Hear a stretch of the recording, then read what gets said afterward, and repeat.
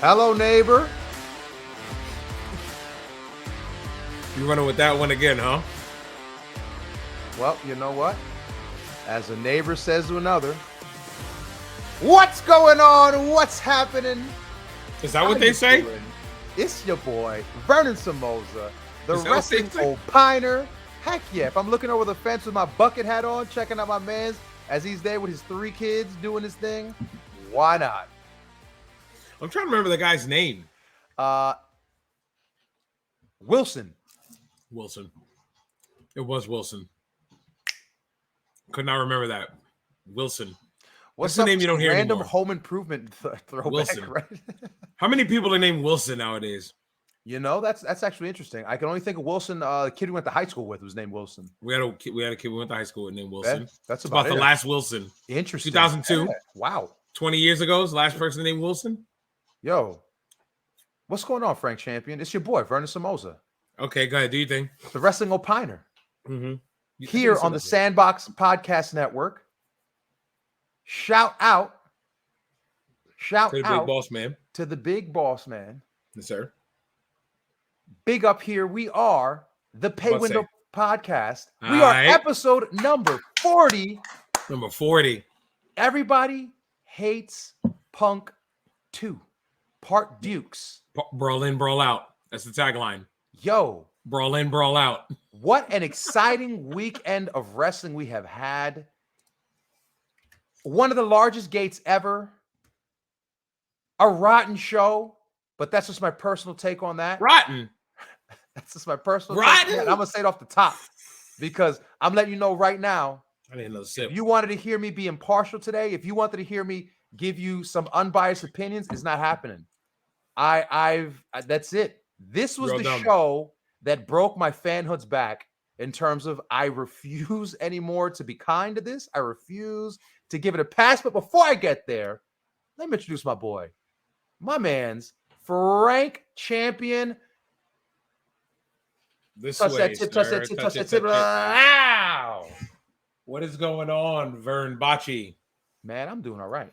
It's another Wednesday. Well, it's about to be Thursday now, but it's another Wednesday. It's another beautiful day. It's another episode 40. 80 weeks, Vern. 80 weeks. We've been going almost as long as WCW had beat Raw in the ratings. Yeah, next 2 shows will be past them on 83 weeks. Crazy. That's how long we've been going. That's how long. It doesn't even feel like it's been that long either. I'll be real with you. It does not. You know what? I've been enjoying the fact that when we come to these things, we hang out in the green room, and then we start here on the cast, and it's like, yo, I'm fired up, ready to chat some wrestling. Right. So before we got some guests with us today. We did not come alone for this because All In was such a big show. We decided we could not do this by ourselves. We had to do the 4-man booth, but before we do that. Sure. We got some business to take care of, as you can see underneath us. Oh, yes. So on the ticker, as always, yes, thank you for reminding me. You can check us out, audio version, on Apple Podcasts, Spotify, Amazon Music, iHeartRadio, Radio Public, and that's it. And that's as of now. So hold on. As you can see, if you're watching the video version of this, it says and Stitcher at the end. Well, as of today, Stitcher is no more. So you got to give us like a eulogy or something, Vern. You got to send Stitcher away as I'm about to edit it off. So go ahead, give it like a quick 30-second eulogy. Oh, you got it. For it, as the next time you see it, it's going to be gone. So go ahead. Yeah. So Stitcher, even though we barely knew ye, even though I'm not sure we got any listens or views on your platform, we thank you for letting us rock with that name. Yeah. But until then, au revoir, goodbye, arrivederci, so long, arrivederci, and all the other things we could say. Peace. All right. And now we are back. Woo! Now it just says, and Radio Public. We're sorry, Stitcher.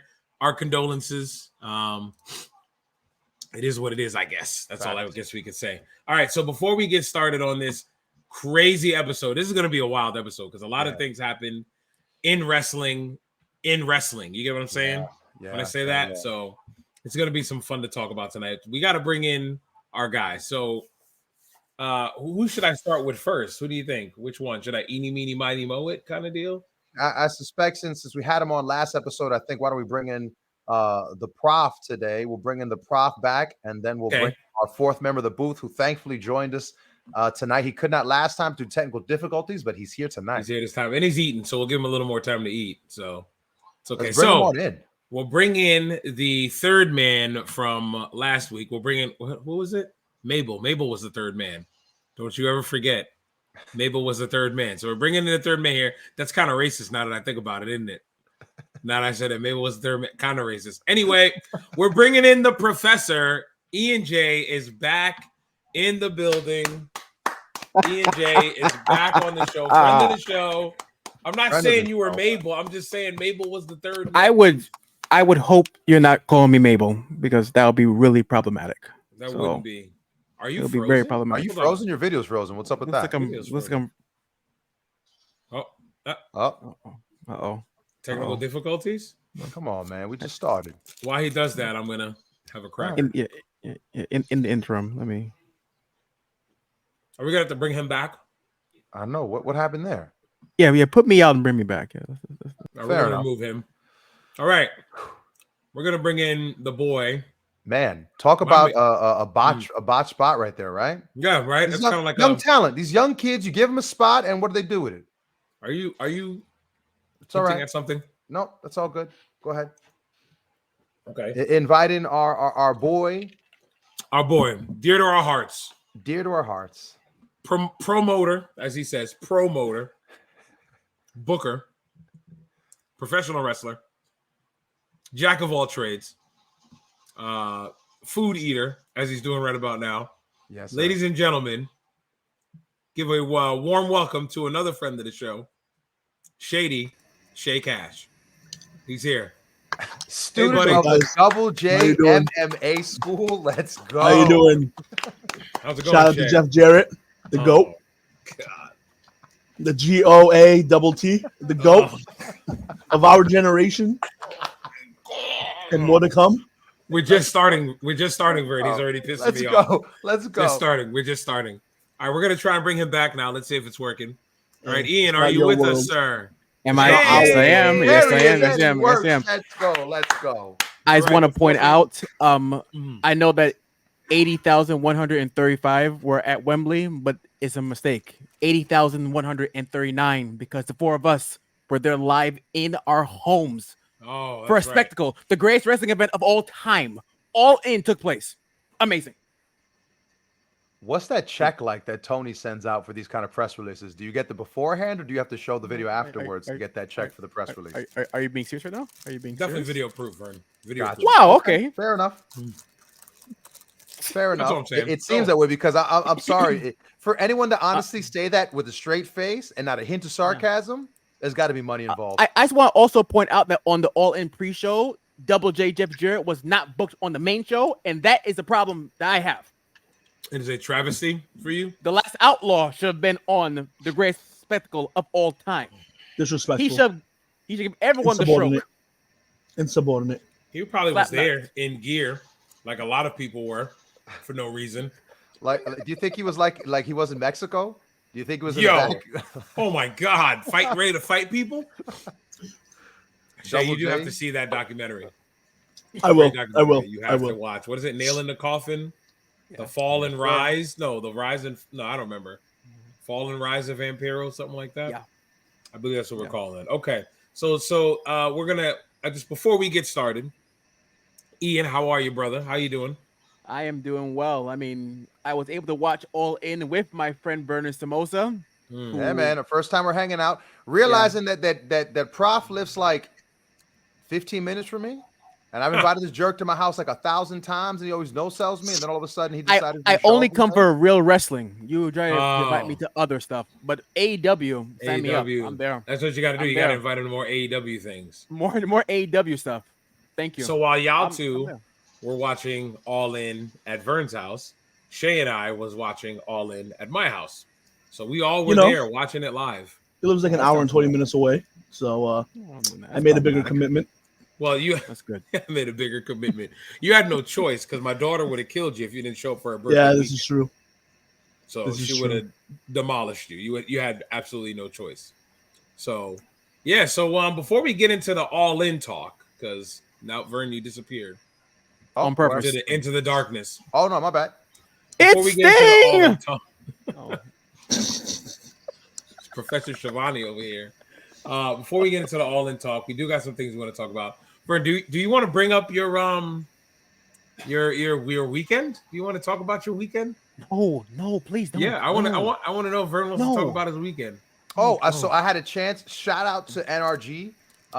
Your director of talent relations had a chance to come out live and in person, do a little in-ring stuff, little peek behind a curtain. It was probably my first time, I think, in all the years I did anything on the indies that I was attempting to babyface the crowd and actually have to work the babyface. And it was, them fans were brutal. You forgot your tie, man. Brutal. What? Where's your tie? About your tie. Bruv, they had me sitting there when they was chanting about my tie, and I'm like, I'm legit thinking, when did I wear a tie? Like, they had me questioning myself, like, did I forget the gimmick? Like, what is this? And it was a fun, raucous, loud crowd. Was hot, and they was looking for some action, and it was quite an exciting experience. I had a chance to do a spot, the 05 Jericho spot that I kept getting told about again and again. That was fun. I wouldn't call it fun. Can I ask y'all a question? The word fun, does that have a new meaning in 2023? Like, I feel like the word fun, I don't understand what the word fun means anymore. Fun, okay, I'll help you. As the professor, are you going to look it up? I was going to say, I'll look it up. Yes. Yeah, what does the word fun mean? Because for some reason, I feel like people equate fun with like, hey, hello, I got it. If you stub your toe, you should be like, that was fun. That's fun. No. Thank you. Fun is what provides amusement or enjoyment, specifically playful, often boisterous action or speech, full of fun, a mood for finding or making amusement. Therefore, what you did was fun. It was fun. Yo, F is for friends. Did you not have a fun time? Yeah. We do stuff together. U is for you and me. Yeah, and it's and anywhere, anytime at all. Right down here in the. What are you guys quoting right there? I don't know what they're doing right now. Nothing, man. It's just what fun means. It's probably just SpongeBob. Oh, I was like, what were these guys quoting? Both of them legit. Well, they had that on. Probably deck, SpongeBob. So like, it's probably SpongeBob. It is. I knew it. For no survivors. Never heard that before. Because we never heard of it, and they have. It had to be SpongeBob. Okay. So, speaking of NRG, I'm gonna make an invite next time y'all come out. Ian, man, come on down. I will come under one condition, because there was a certain person on your card that I do not want to see in any way, shape, or form wrestling live. Frank Champion will not be on the card. Don't worry. Oh, right. Wow. Boom. I won't be, though. That's the funny part. Wow. No. You don't want that guy on this show. I do not want. Name was named Jackson Pierce, John Pierce, Pierce. Name was Johnny Van Pierce. Hammer, wherever you want. Vern, you had a chance to see that live, Johnny Pierce versus Frank Champion. So look, I'm gonna say this. Frank Champion is my dear friend. Truth be told, my dear friend since we were in the 6th grade. Back then, I could have told you Frank Champion is one of the most giving, kind human beings, because he was kind to a kid who was brand new on the bus, and he made friends with me over wrestling. Frank Champion is still too nice of a guy, because after that match I saw and watching the replay, there was a lot of rotten wrestling going on in that ring, and it wasn't on Frank Champion. It was on the young kid, the homie. I get it, he was a young guy, but bruv, that wasn't it. There's other jobs in the world. I mean, look, I'm just saying, to compare him to Van Hammer, compare him to, like, it's just like Eric all Watts, that size, all that David size, Flair, and it was just like Techno Team 2000. What happened? What Nathan happened? Jones. That's all. I just go back on it. I'm just like, what happened? Nathan Jones. What didn't translate right? Like what didn't translate? You had two guys who were, by all means, we should have seen a car crash of epic proportions.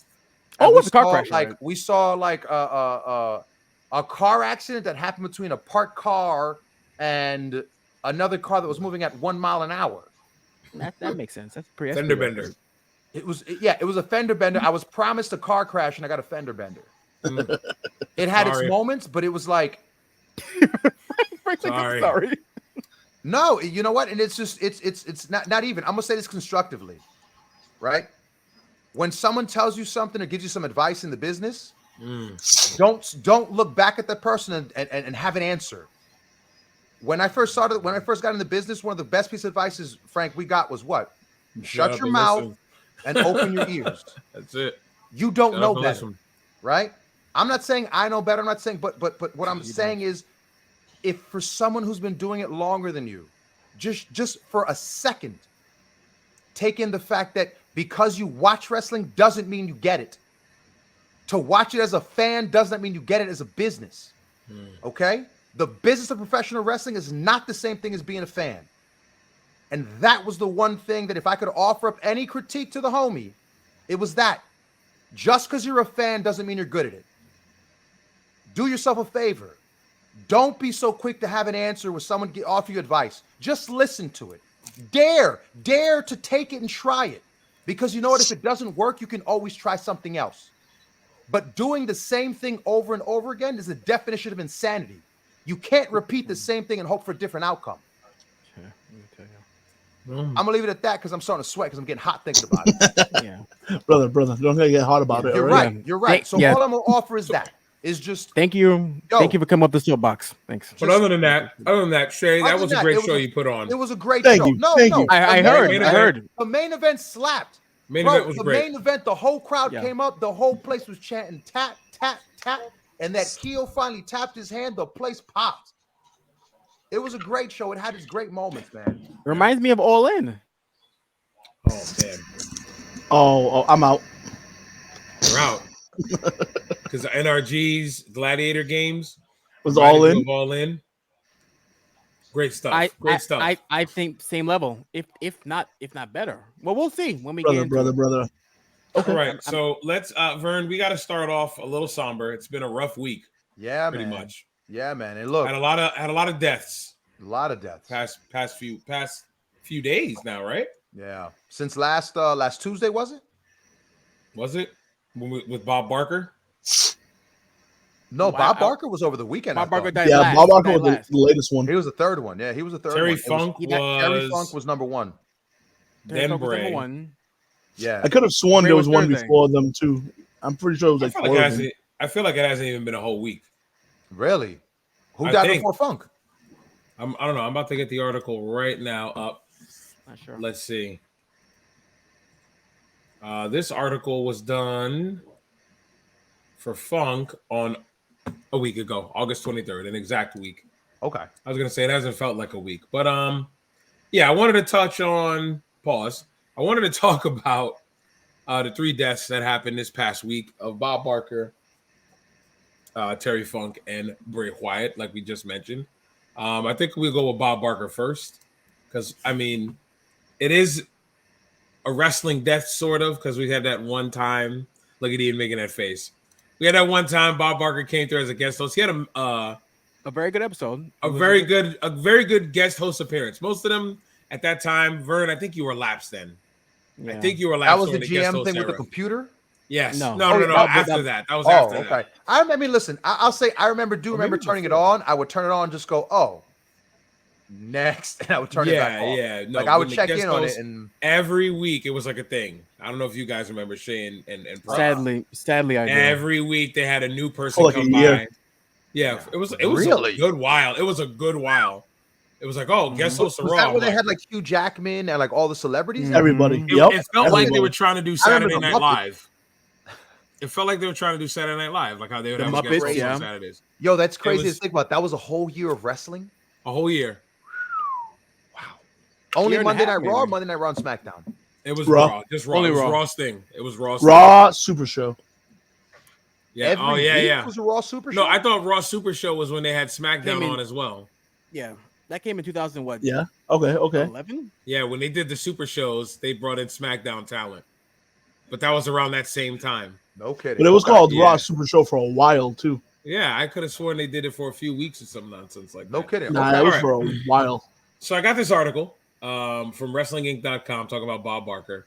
It's written by Ella J on August 26, 2023. And it states, Bob Barker, game show legend and memorable WWE guest host, dies at 99. Excuse me, gotta clear my throat.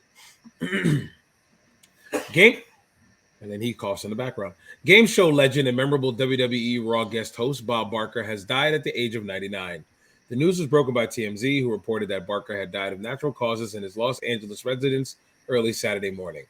Barker began his broadcasting career while attending Drury College. Upon moving to Los Angeles, Barker was later discovered by game show producer Ralph Edwards, who hired him to host Truth or Consequences in 1956.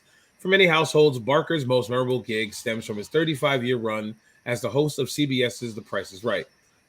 2 years after his retirement, Barker reprised his role in a modified version of the show when he served as a guest host of WWE's Red Brand for a special episode entitled The Price is Raw, which took place on September 7th, 2009, from the Allstate Arena in Rosemont, Illinois. Isn't that the same arena that they're going to have All Out in? Nah, All Out's in a smaller building. Is it? Yeah, I think so. Oh, it's not at the Allstate Arena. They've done it in that building, right? It's the old Rosemont Horizon building, right? I don't think so. No? Never? No. I thought they did. Maybe I'm bugging. Okay. While many fans have criticized WWE's guest host era, Bob Barker has widely been regarded as one of the best to assume the role. During his appearance as Raw guest host, Barker held a special edition of his former game show that featured Santino Marella, Jillian Hall, IRS, and Chris Jericho as contestants. It was funny, Vern. You've never seen it? I think I've seen it in like highlight clips, but I don't think I've ever seen the whole thing. Right. Hilarious. Despite I've seen Jericho's, when he tags Jericho. I think I've seen the finish where he tags Jericho. Probably, yeah. Despite Jericho's obvious disdain for these shenanigans and on-screen confrontation with Barker, his inadvertent bid of $1 eventually won him a 3-disc set of the best of WWE SmackDown. Looking back on The Price is Raw, Barker previously noted that he had fond memories of his appearance, which also included a karate chop to Chavo Guerrero. I believe that is the end of that one. So, yeah, just wanted to cover that real quick. I don't know if y'all have anything to say about, I mean, we were talking about it during the entire time, but just a visual of Jericho in gear, trunks, bare chested with a name tag. With the name tag on his chest. Classic. Yeah. Hold on. Let me see if I can find that for Vern, because Vern's never seen that. The price is wrong. Let me see. That's all I got to say. You got to see that photo. It's Jericho in gear. Here it is. Full gear, Vern. Here it is. Hold on. Bam. Boom. Full gear with the tag. With the tag on his bare chest. Oh, okay. I was like, you got to give him that. And they had, where's the rest of it? What Jericho? What iteration of Jericho was that? Slow speaking. Yeah. Heel Jericho. Super heel Jericho. Reading dictionary Jericho. Okay. Yeah. All the big words, right? That's what he was. Yep. He was Suit Jericho. Yeah, before Jericho. Am I right? I think that was during Jericho. That was during Jericho. Towards the end of it. What? He's like, what are y'all talking about? Jericho. Yeah, he's you don't remember Show Miz? Show Miz. Oh my God. That's another good terrible one. pairings you guys are bringing up right now. All right, anything else you guys want to say before we move on from Mr. Bob Barker? Yo, R.I.P. I used to watch Bob Barker all the time as a kid growing up. My grandparents loved The Price is Right. That was one of their favorite. Even though they didn't understand English, my grandparents used to love watching that. Yo, same. All I was going to say is shout out to him for keeping us occupied during the week whenever we had sick days during the summer. We had sick days from school. Sick days. It was Price is Right. Yep. Every time. W fight scene with Adam Sandler. And Happy Gilmore. Yep. Yeah, see, he's got some good moments. Yeah, Bob Barker's had some memorable moments, man. And I mean, just I when I always think of The Price is Right, it always brings me back to being a kid. Being a kid in the early 90s and watching The Price is Right. Mm-hmm. Watching Richard Bay, watching all them random 90s TV shows, talk shows and such. A little Ricky Lake here and there. Ricky Lake. Sally Jesse Raphael. That was my yeah. Sally Jesse Raphael. Of course, Springer once he got over during the Attitude Era. He got over, yep. Springer was over in the Attitude Era. Wow. Okay, so the next one I want to do is our guy. Died at a very young age. I'll just pop the graphic up for the video people. For the audio version, we're talking about the man known as Bray Wyatt, real name Wyndham Rotunda. He passed away tragically, I would say, right? It's a good word to use. Yeah. This Absolutely very tragic. August 24th. August 24th, he passed away. So 6 days ago. It's a very short article from WWE. I'm guessing they must have got it out as quick as possible. And they also didn't update it with all the new details that have been coming out. No, it's just, this is literally, it'll be quick. I'll read it. I don't know if there's a name. No, it just says published by the WWE. It says Wyndham Rotunda, also known as Bray Wyatt, passes away.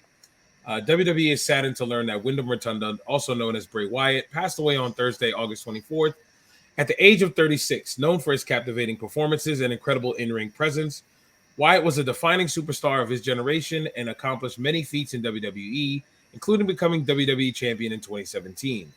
From his leadership of the Wyatt family alongside Luke Harper, Eric Rowan, and Braun Strowman, to his enthralling time as The Fiend, Wyatt embarked on an incredible career and saw several iconic rivalries with superstars such as John Cena, Randy Orton, and The Undertaker.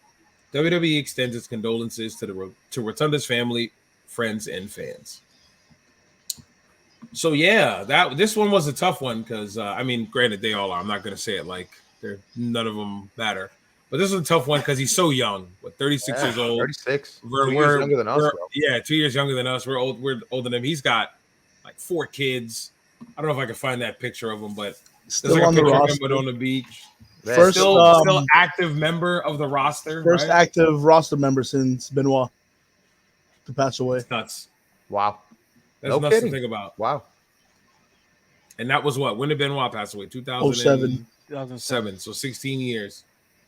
I mean, he started off, what was he was Husky Harris? Husky Harris. Husky Harris. We went from Husky Harris to there he goes. There's a picture of Husky. What was it? A tank with a Ferrari engine? Oh, jeez. No, it wasn't. Yeah. He didn't go from Husky Harris straight to Bray Wyatt. He didn't. No, he didn't. Here we go. Someone looked it up, man. You know the name. I texted you the name the other day. Don't do that. What was it? What was it? Axel Mulligan at one point. There it is. Was it? There it is. No. Tell him, Axel Mulligan. Axel Mulligan. When was he that? For FCW, like short cup of coffee with like face paint. Yeah, it was. This is. Anyways, this is one of those. This is one of those things that. Yeah. What is this? Axel Mulligan. Yeah. Before he came out with the Wyatt family, he was. This was FCW though. Yes, sir. Yeah. Come on, bro. What happened? It had to be. It had to be after NXT. Leave that off the table. It was. But here's my point. I think let me jump in to give my thoughts on Bray Wyatt because clearly the one who looks oblivious does not understand this, but I will educate him myself. Bray Wyatt will always be remembered for the mind he had for wrestling. I think it's very important because when you look at the Wyatt family as a gimmick and all of that, Bray Wyatt is the one to be credited for that. Now, I know that you, Vern, will give full credit to Vince McMahon as you give everything to Vince. This is not one of those situations.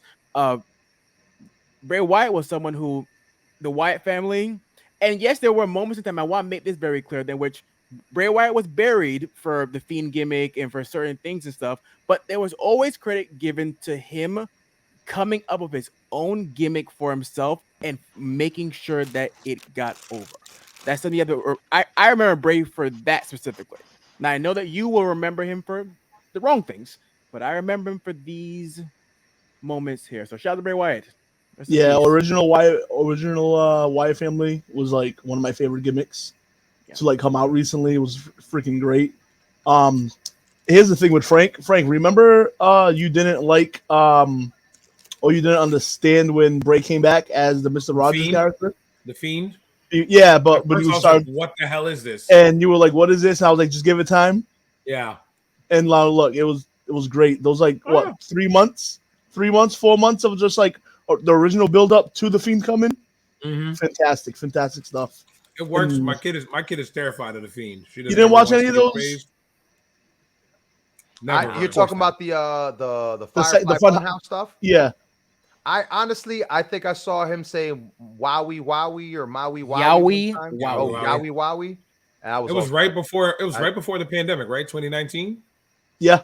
Yeah. No, I as I am now, you tell him, Prof, I see something I don't like, I'm out. I don't even bother to give it a chance. I'm out. I'm all set. I'm all set. Yeah, no. So no, I'm pretty sure when I saw him say Yowie Wowie, I was all set. So current iteration of Bray Wyatt was kind of weird, and I didn't know where it was going. I feel like it took too long to like every week was like cryptic promo, and it didn't really go anywhere. But like other than that, yeah, Bray Wyatt was pretty dope. So I think. Go ahead. I was just gonna ask. Speaking of that, so I did watch. Remember that last promo he cut? We cried in the ring, and he was like, "Yo, this is me, Bray, talking to you guys." It's just like, how bizarre that he got a chance to almost do like this big send off speech, right? He didn't know he was gonna die, but he does this almost like send off speech, right? Where like you could play this and it'd be remembered as this like phenomenal moment he had. We had a real raw moment with the crowd, right? It was almost eerie, right? Because Warrior got the same thing. Warrior, I was just about to say that. It's very similar. Each of a lifetime, and then he's gone. So it was the very memory eerie. of the Warrior will last forever. Yeah, and Bray Wyatt talking about right when I was down on myself and I didn't want to do nothing. You people lifted me up, and you brought me back, and you this and that, and like, what a real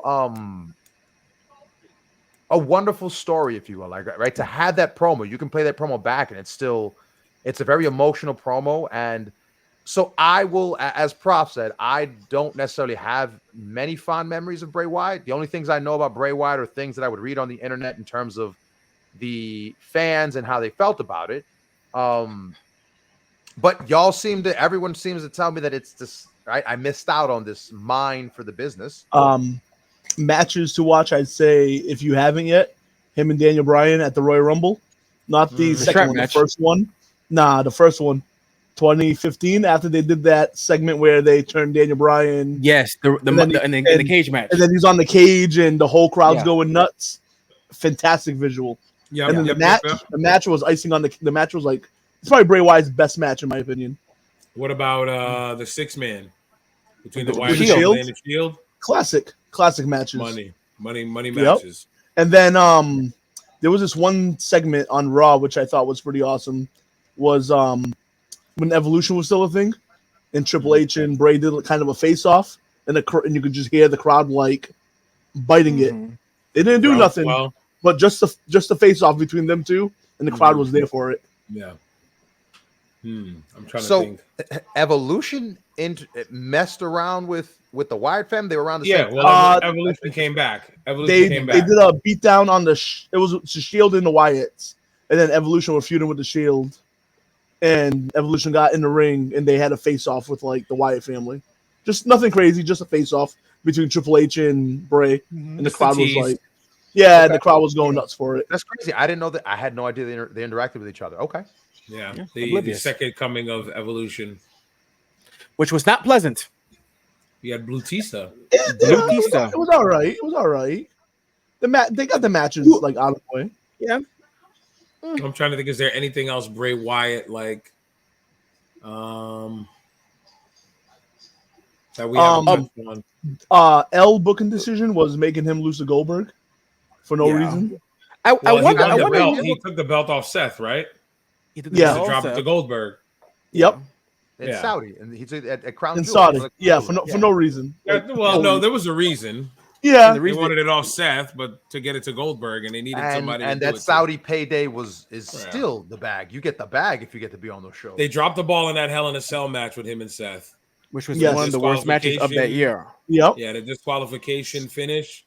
You saw that, right, Vern? I think you were watching then. That's one thing. They had the lights red. Oh God, yes. Oh, yeah. That's one thing I'd say about the Fiend. That was like, I feel like the Fiend was like a really good character, but the setback he was OP though. He was OP. Yes, too OP. Yeah, like he booked himself in a way where like you can't take no damage. Right. So he was literally 99 everything, Vern. He was 99. That was the only setback. He was Britt Baker. So then, okay. So let me ask the question. All right. So so you're all admitting to me, super OP, 99 everything, and yet you're still saying, oh, but it was a good match. How could it be a good match? No. I'm not saying he's not a man. He doesn't have flaws. course, he's gonna have flaws. But I just feel like the This Fiend Fiend character, nothing about that character speaks to me. I guess it's But I good look at match. nothing about the character speaks to But me. we didn't say like Fiend with the good matches. Like we were just talking about Bray Wyatt. So that's what I mean. So like, OG I guess character. did everyone love Bray Wyatt the character, and so by proxy you have to like the Fiend? Nah, I think the Fiend was cool. The presentation, the build up to like the Firefly Funhouse to the Fiend. You have to watch how the character came about. Okay, all right. Because it's a horror movie. It's like you're watching a horror movie. Especially like the first times like he appeared like to debut the Mandible Claw, he did it to Mick Foley. Yeah, and like they sold it in a big way. His squash match over Finn was like a perfect squash match at SummerSlam. Yeah, smashed him. But then after that, it was kind of like a slow decline kind of. So it was the Sister Abigail. No, but the Firefly Funhouse match, him Cena, money. I remember that. See, I like Mania. I like that match because of John Cena. But that's the problem. Tell him why. Ian. Yeah, I can't. I have the same energy for later. I can't do it right now because he clearly only likes John Hogan as always, which is fine. I get it, but like when you think about the Firefly Fun, crazy. Yeah.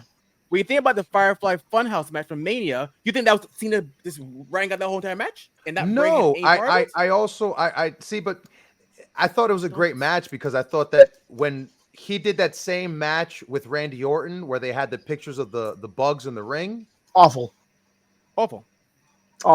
So then what would make me say that John Cena being in that match didn't make it better? Because clearly John Cena brought something to that match that Randy didn't. Two different matches. You can't compare them. But one was an actual match where they're trying to compare them. I'm comparing the character of the Fiend and the supernaturalness, and it didn't work for me, brother, when he did it with Randy Orton, but it worked for me when he did it with Cena. But also, here's the mistake you're making because the Fiend was How am I making a mistake? Now, correct me if I'm wrong. I might be wrong here. When Bray Wyatt went against Cena at Mania, was it Bray Wyatt or was it the Fiend? It was both. It was more Bray Wyatt than anything. It was more Bray Wyatt. So a majority, if the end of the match, I believe, was the Fiend. It was the Fiend. I might be right. Mm-hmm. But the majority of the match was like three transformations Wyatt. in that whole and you can't even really call it a match since it was more of a segment. Yeah. But the way they pieced it together was like they made a movie. They made a movie with that. It was a cinematic. I will say though, the Fiend, two cinematic matches. Yeah. The Fiend did have cool like memorable moments to me, like Bray catching legit his whole back on fire and still sliding in the ring and taking an RKO while on fire. Amazing. Awesome. The visual, money. But in the story of pro wrestling, you lit the guy on fire and he just kept. Well, that's how Bray died. That's how not Bray. That's how the Fiend died. The character he came back. They lit the Fiend on fire. Pandemic wrestling allowed you to do some things that you could never do in front of a lot. Chill. Rey Mysterio's eyeball popped out, man. I know. It did. All right. At the horror show. I will say, the pandemic. I told you, pandemic wrestling. I just don't. There's things you could. That's the one thing I like. I've never seen that Rumble. I've still never seen the Rumble with the building. I've never bothered to watch. You mean Money in the Bank? Oh, whatever. Yes. Oh, amazing! It was so good. I bothered to watch it. Yeah.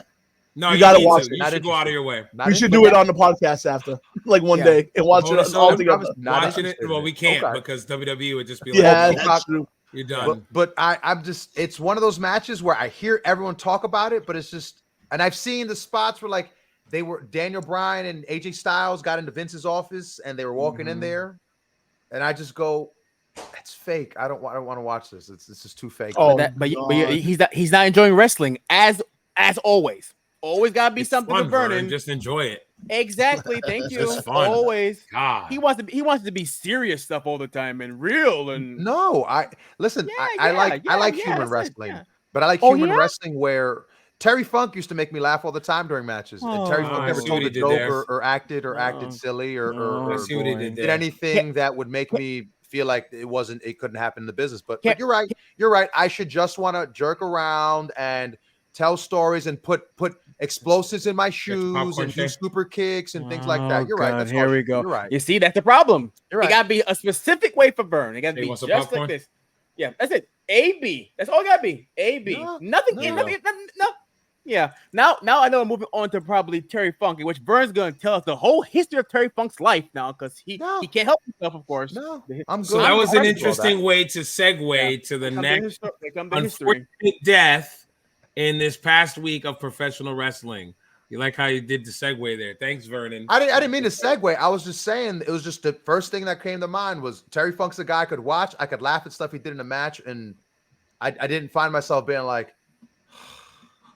Okay, so speaking of the Funkster, rest in peace, Bray Wyatt. Though. Wait, hold on, Franny. Mr. Punk. You didn't give your take on the man. Passed away. On who? Bray? Yeah, we all did, but you, bro. They pretty much touched on everything that I would have said. So copy. I don't need it. I'm good there. They said pretty much the same things I would say. That's why I just kept it moving. But anyway, here we go. Terry Funk passing away at the age of 79. Excuse me, I had a burp there. I've got an article here from the WWE as well. I'll read it out. Actually, I'll leave that up while I read it. WWE Hall of Famer Terry Funk passes away. WWE is saddened to learn that WWE Hall of Famer Terry Funk has passed away at the age of 79. Revered by fans and peers across the globe for his tenacity, heart, and longevity, Funk will be remembered as one of the toughest competitors to ever step inside the squared circle. From WWE to All Japan, from WCW to ECW, Funk proved he can go toe-to-toe with the best and push the limits of what was possible inside the squared circle. The son of Dory Funk Sr., Terry began wrestling in the 1960s, forming a successful tag team with his brother and fellow WWE Hall of Famer Dory Funk Jr., before breaking out as a single star. In December 1975, Funk broke through when he defeated Jack Briscoe to capture the NWA World Championship in Miami. Funk first competed for WWE in 1985 during the height of the rock and wrestling era alongside his brother. The Funks appeared on the grandest stage of them all at WrestleMania 2, defeating the team of Tito Santana and the Junkyard Dog. His next stop was WCW in 1989, where he engaged in a legendary rivalry with Nature Boy Ric Flair, which culminated in an I Quit match that is still regarded as an all-time classic to this day. Funk had an impact all around the world during his career, particularly in Japan, where he became one of the most beloved legends of the All Japan Pro Wrestling promotion alongside Brother Dory. Later, he was an innovator of hardcore wrestling alongside WWE Hall of Famer Mick Foley. The two brought the infamous style to a worldwide audience through a 1995 tournament where they battled in the finals, brawling through tables, chairs, barbed wire, and more. Funk was also an instrumental figure in the growth of Extreme Championship Wrestling. Although he was in his 50s at the time, Funk proved himself against the younger hardcore competitors of the Renegade promotion. When ECW presented its first pay-per-view, barely legal in 1997 of April, it was Funk who headlined the show, defeating Raven to win the ECW championship. Funk returned to WWE in 1998 as Chainsaw Charlie, the deranged partner of Cactus Jack, and played a key role in the iconic Hell in a Cell match between The Undertaker and Mankind. At nearly 60 years of age in his return to WCW in 2000, Funk was far from finished in the title picture, capturing the United States Championship and WCW Hardcore title. The last match of Funk's WWE career came at ECW One Night Stand in 2006, where he teamed with Tommy Dreamer and Beulah McGillicuddy against Mick Foley, Edge, and Lita. Funk left his imprints on Hollywood as well, with a number of appearances on the big screen, including roles in Roadhouse, Paradise Alley, and Over the Top. In recognition of nearly 50 years in sports entertainment, Terry was inducted into the WWE Hall of Fame alongside his brother in 2009 by the late Dusty Rhodes. WWE extends its condolences to Funk's family, friends, and fans. All right, who wants to start on the Funker?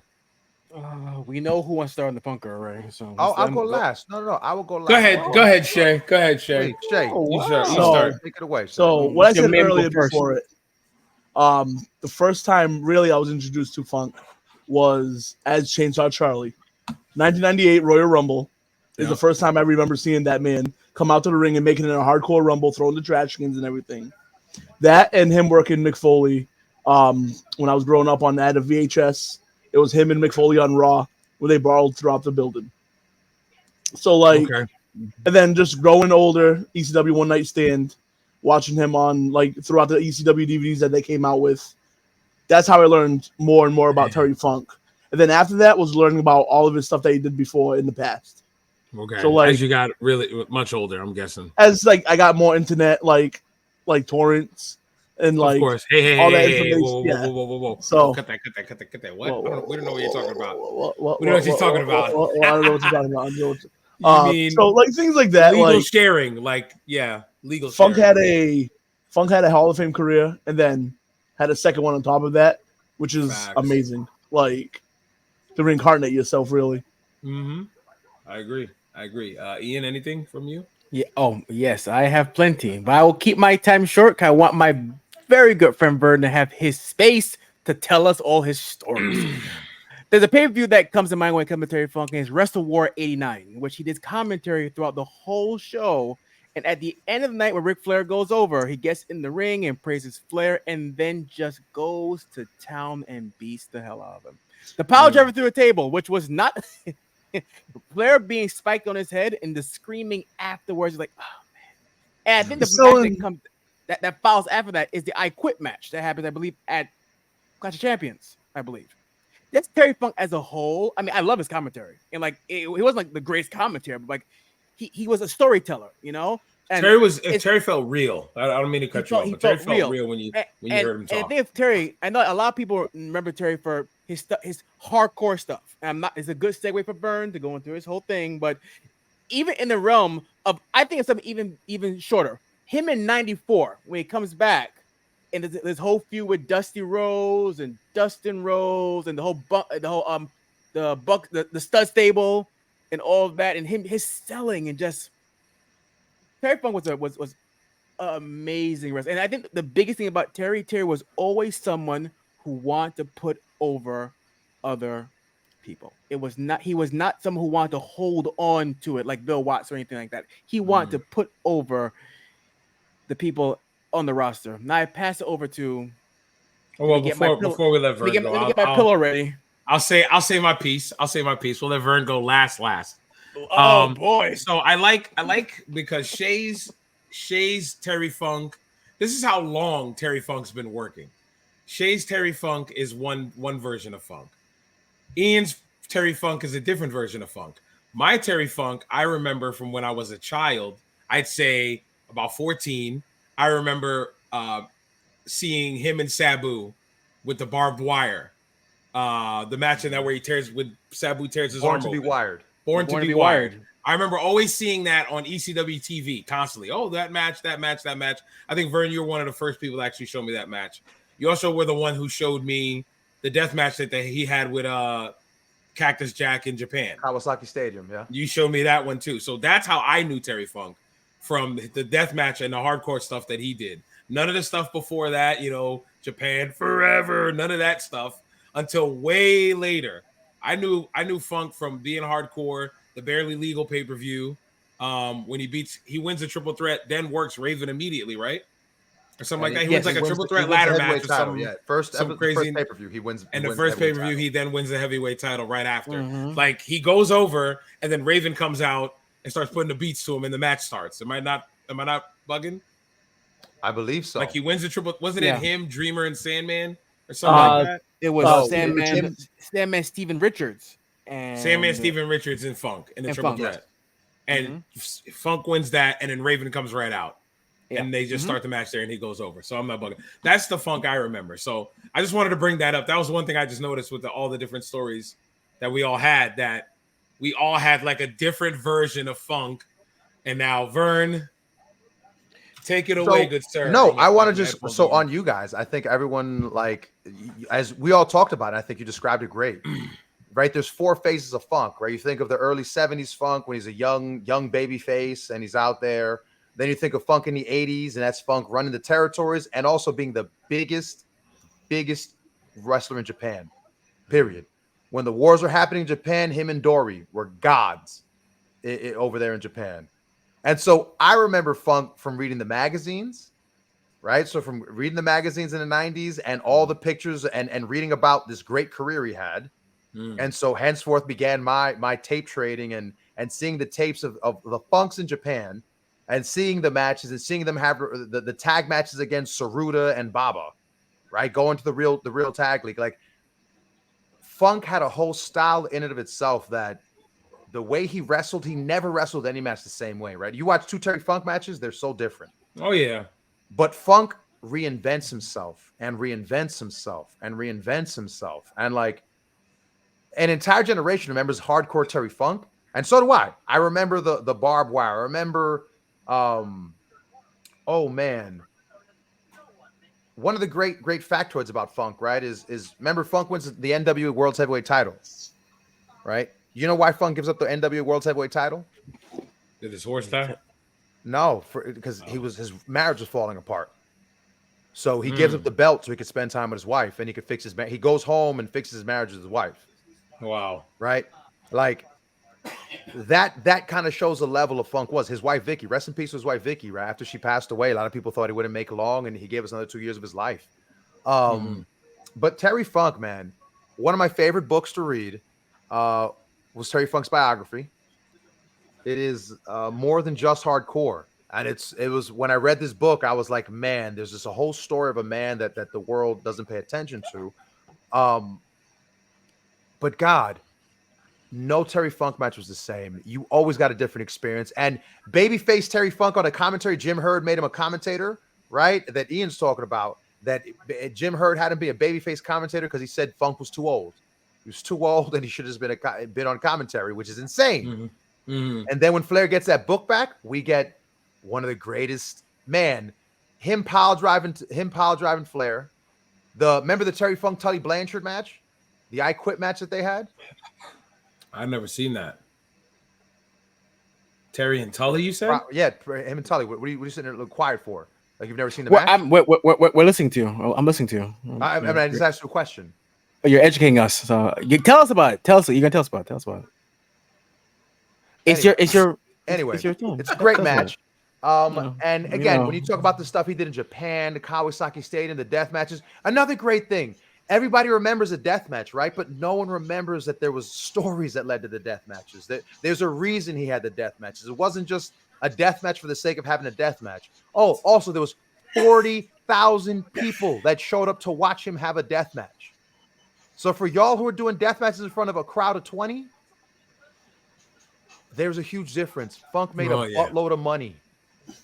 He didn't get paid. He didn't get paid in hot dogs and handshakes to cut himself up with razor blades. So what about also that match? Didn't he have a empty arena match or something? Jerry Lawler, him and Jerry Lawler, one of my favorite matches. If you ever get a chance to watch the uncut version, why wouldn't I bring that up, Prof? Oh God, I mean, Jesus. What's the matter? What's the matter? Nothing. And this is the attitude. This is the attitude. Here we go. The type of fan I can't stand. Because the type of kids fan these days. who no, it's not even kids, but the type of fan who he loves. We got a show, buddy. Pro wrestling, but the second you bring it to history, the second you talk about what really mattered. I'm sorry. Wasn't on Monday Night Raw. It wasn't that good. I'm sorry. I apologize. Do you realize that Shay named 2 matches? I named 3 things. You've named 7 things already, and you're probably gonna name like 9 more. You want to wrap this up, buddy? All I'm telling you is Terry Funk had a career that's worth celebrating. We are celebrating. Absolutely. I just want to get had a career that was all I wanted to share is that he has a career beyond the hardcore that it's worth looking at. Terry Funk in 84, 85, Terry Funk in Japan, the All Japan League, it's worth watching and talking about. I'm sorry it's not as sexy as talking about him in ECW cutting himself up, but you understand? It's some fun. You ever seen 94 Terry Funk when he worked an indie show of 100 people, middle of the day in a residential area, Al Snow versus Sabu? Oh boy. You ever seen that? No, I have not seen it, Vernon. No, I have not seen it. I want to get Vernon Ian a little hot right now. Ric Flair almost ruins that pile driver spot. It looks so hokey when he has his hand doing a handstand on the table. That's it. Looking at it with 2023 eyes. That's it. No. Yeah, that's it. Wow. That's it. Wow. You go like if we could talk crap about spots looking so hokey nowadays, why can't we go back then and say, because he's a legend, we can't say, that's fine. I'm jumping in. I'm jumping in. It's the truth. Yes, you go watch it back. You go watch it back right now and be like, you're right. But the selling heel turn, great. The selling that Rick does after the pile driver makes up for it. Oh God! Pulls the curtain back a little bit. It makes up for it. Oh no! Here, look where we are now. Here comes the books. There we go. There we go. Look at that. The NWA Heavyweight Champion. Look Frank, at that. are we gonna be here? Can we just talk about the fact that Terry always looked We're different? We're gonna wrap this up. Terry when he was in trunks, Terry with the big bushy hair, Terry with the daggone crew cut, Terry with the long tights. Every time you saw the man, you got another version. Thanks for the timeline, buddy. All right. Rest in peace, Terry Funk. Rest in power to the GOAT. R.I.P. to Terry Funk. All right, fellas. Oh, by the way, the king of the Texas. Oh God, not the shirt. Go ahead and have it on. You show and it has the rules of the match on the back. Let's go. Why you show us the rules too? Why you add it? All right. Goodness. So speaking of wrestling, thanks for another segue, Vern. Please. We're heading on into the meat and potatoes. What do you mean how? No, go. Just let it. Just you know what? Keep them to yourself right now, Prof. Okay. All right, I'll mute myself then. I know you. I know you're feisty right now, but Jesus, don't take it out on everybody. No, right? Not you, Frank. Not you, Frank. All right. So speaking of wrestling, let's finally get into some actual wrestling here. We're going to talk about the two shows that are happening this weekend before we get into what everybody came for, the main event that is All In. So we got Payback and we've got All Out this weekend. We've got Payback on September 2nd. That is a Saturday at the PPG Paints Arena in Pittsburgh, Pennsylvania. That is a lot of P's. I'm going to do that again. It is at the PPG Paints Arena in Pittsburgh, Pennsylvania for Payback. That's a lot. I don't have that's a lot of alliteration right there. Yeah, sheesh. That's like leave the lot, losers. You think they did that one on purpose? Question, guys. I'm gonna aim this one at Ian. Will you be watching Collision while Payback is on? Ooh, that's a tricky one. Ooh. It's the go home show before All Out. If you do slap the card for Collision, I want you to know that Ricky Starks is going to be calling out Ricky the Dragon Steamboat to challenge him to a strap match at All Out. So you're joking, right? Oh, that's what I wanted to tell you earlier. So when I was like, "Are we talking about All Out?" and you're like, "Yeah," and I'm like, "All right, I'll say that after." So I gave it away. But no, I'm not an idiot. I'll be next thing we're gonna. Wait, I'm sorry. Are you guys being serious? They're not trolling. 100%. No, I'm not trolling them. No, we're being honest. Oh, let me guess. It's not like the strap matches in the 90s and the 80s. We know. But anyways, I'll be watching Payback. I'm not an idiot. I'll be watching Payback. All right, good. So anyway, we'll talk about this card. Right now we have 6 matches. Maybe they'll add one more on Friday. Well, today, right? No, Friday. Tomorrow. I was going to send it in the group chat, but Ian already did. You're going to say. All right, so we've got 6 matches so far. I'll just list them off right now. So we got Becky Lynch versus Trish Stratus in a steel cage match. Seth Franklin Rollins, the champion, taking on Shinsuke Nakamura in a World Heavyweight Championship match. We have Rhea Ripley taking on Raquel Rodriguez in a Women's World Championship match. We have Rey Mysterio taking on Austin Theory in a WWE United States Championship match. LA Knight, versus The Miz. And in a Steel City Street Fight for the undisputed WWE Tag Team Championship, we have Kevin Owens and Sami Zayn versus the Judgment Day of Finn Balor and Damian Priest. Before you guys start, and whoever wants to start, go ahead. Do you guys kind of feel like this is like not a throwaway, but like it's definitely a B level. We need to just get to the next pay-per-view kind of pay-per-view. Yes, and I love the fact that the booking with Shinsuke and Seth is like going so well right now that people legitimately believe that Shinsuke is going over, and how people they keep talking about how like everything I read is like they're working themselves, saying how Seth really has a bad back, and that they love how they're putting into a storyline. Like, I love it. Let's do it. Hey, that's how you make the people believe, right? What's it called? Rhea and Raquel still did in NXT, so that's one match I'm looking forward to. Is that they can bring that magic back? What you got, Vern? Anything? I'm gonna say that main event, the Judgment Day versus Owens and Zayn, KO, and all right. Now that is literally the rinse repeat main event of Raw for the last like 6 months. Yep, it has been some form or version of the Judgment Day. Not 6 months, not 6 months, but like for the last like it feels like it. It feels like it. So at this point, I honestly, I would love to see Judgment Day go over, take the belts off of them, and that way at least all the Judgment Day now have belts, and we can finally get that visual that was missing when Finn didn't win the heavyweight strap. Because there's nothing for Owens and Seth. Owens and I was Zayn going to say, Owens and this if you dude do that, I'm done with. If you do that, what do you now do with Sami Zayn and Kevin Owens? What would you do with them with the tag belts? It's like you just move on from here. You just figure out something. You'd have to go to you'd have to pivot to a different team. What team it is, I don't know. I feel like they've had a lot of start and stops ever since they won the belts at Mania. Yeah, they should have never put the belts together. They should split them again. They should never put them together. And Kevin Owens should have never done. I'm super angry, gonna blow my top gimmick because that was great. But I liked it. I like that gimmick. My favorite thing about Kevin Owens this year is how I love that character-wise, Kevin Owens is the only one that watches a TV product. Correct. And he notices things that nobody else notices. Right. Things that happen on television. He's the only one that watches on TV. Do you not think that that's just him being annoyed when he does that? When he's just like, all right, this is the part where you say this, I say that, so let's just. I always feel like it's he just shoots it. Yeah, like just be like, all right, let's cut this angle. Let's cut this. Like I've seen this before. I could have sworn we seen this last week. Yeah. Yeah. So, but no. Let's see where we're at. All right. Here's my question. Here, Ian. I'll ask you first. What is the main out of these 6 matches? What's the main event of the evening? Sadly, in my mind, what I think would be the great main event would be Becky and Trish in the cage. Okay. Does that open the show? I think so. I think it opens the show. I'd say the main event. It's either the world title or the tag title match. Yeah. And since the tag title kind of has the gimmick of the city.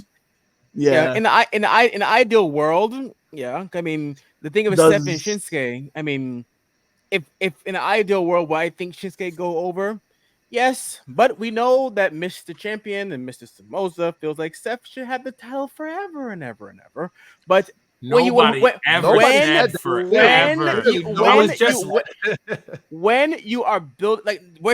way that Shinsuke is being built now, and here's the thing of WWE, which I've always had a problem with, because you build someone up. I know Vernon will respond. You build someone up like Shinsuke, like the way he looks now is pretty great. For him to lose at Payback, and then what? And I know you okay. Okay. WWE, you always look at what's next, right? What's after. Yes. If Shinsuke goes over now, who are you putting him with? Steph again. The chase. For why? And then what? For what? For why? And Steph eventually the belt back. It's the same thing I said from SummerSlam. I mean SlumberSlam. You said the same thing for Finn. So the whole Seth thing. The whole Seth thing is being built for either it's for Damian Priest or any of the Judgment Day to take it from him, right? I think it's being built for Gunther. That's who and here. Oh my! What you doing? Bring that book again? We moved on already.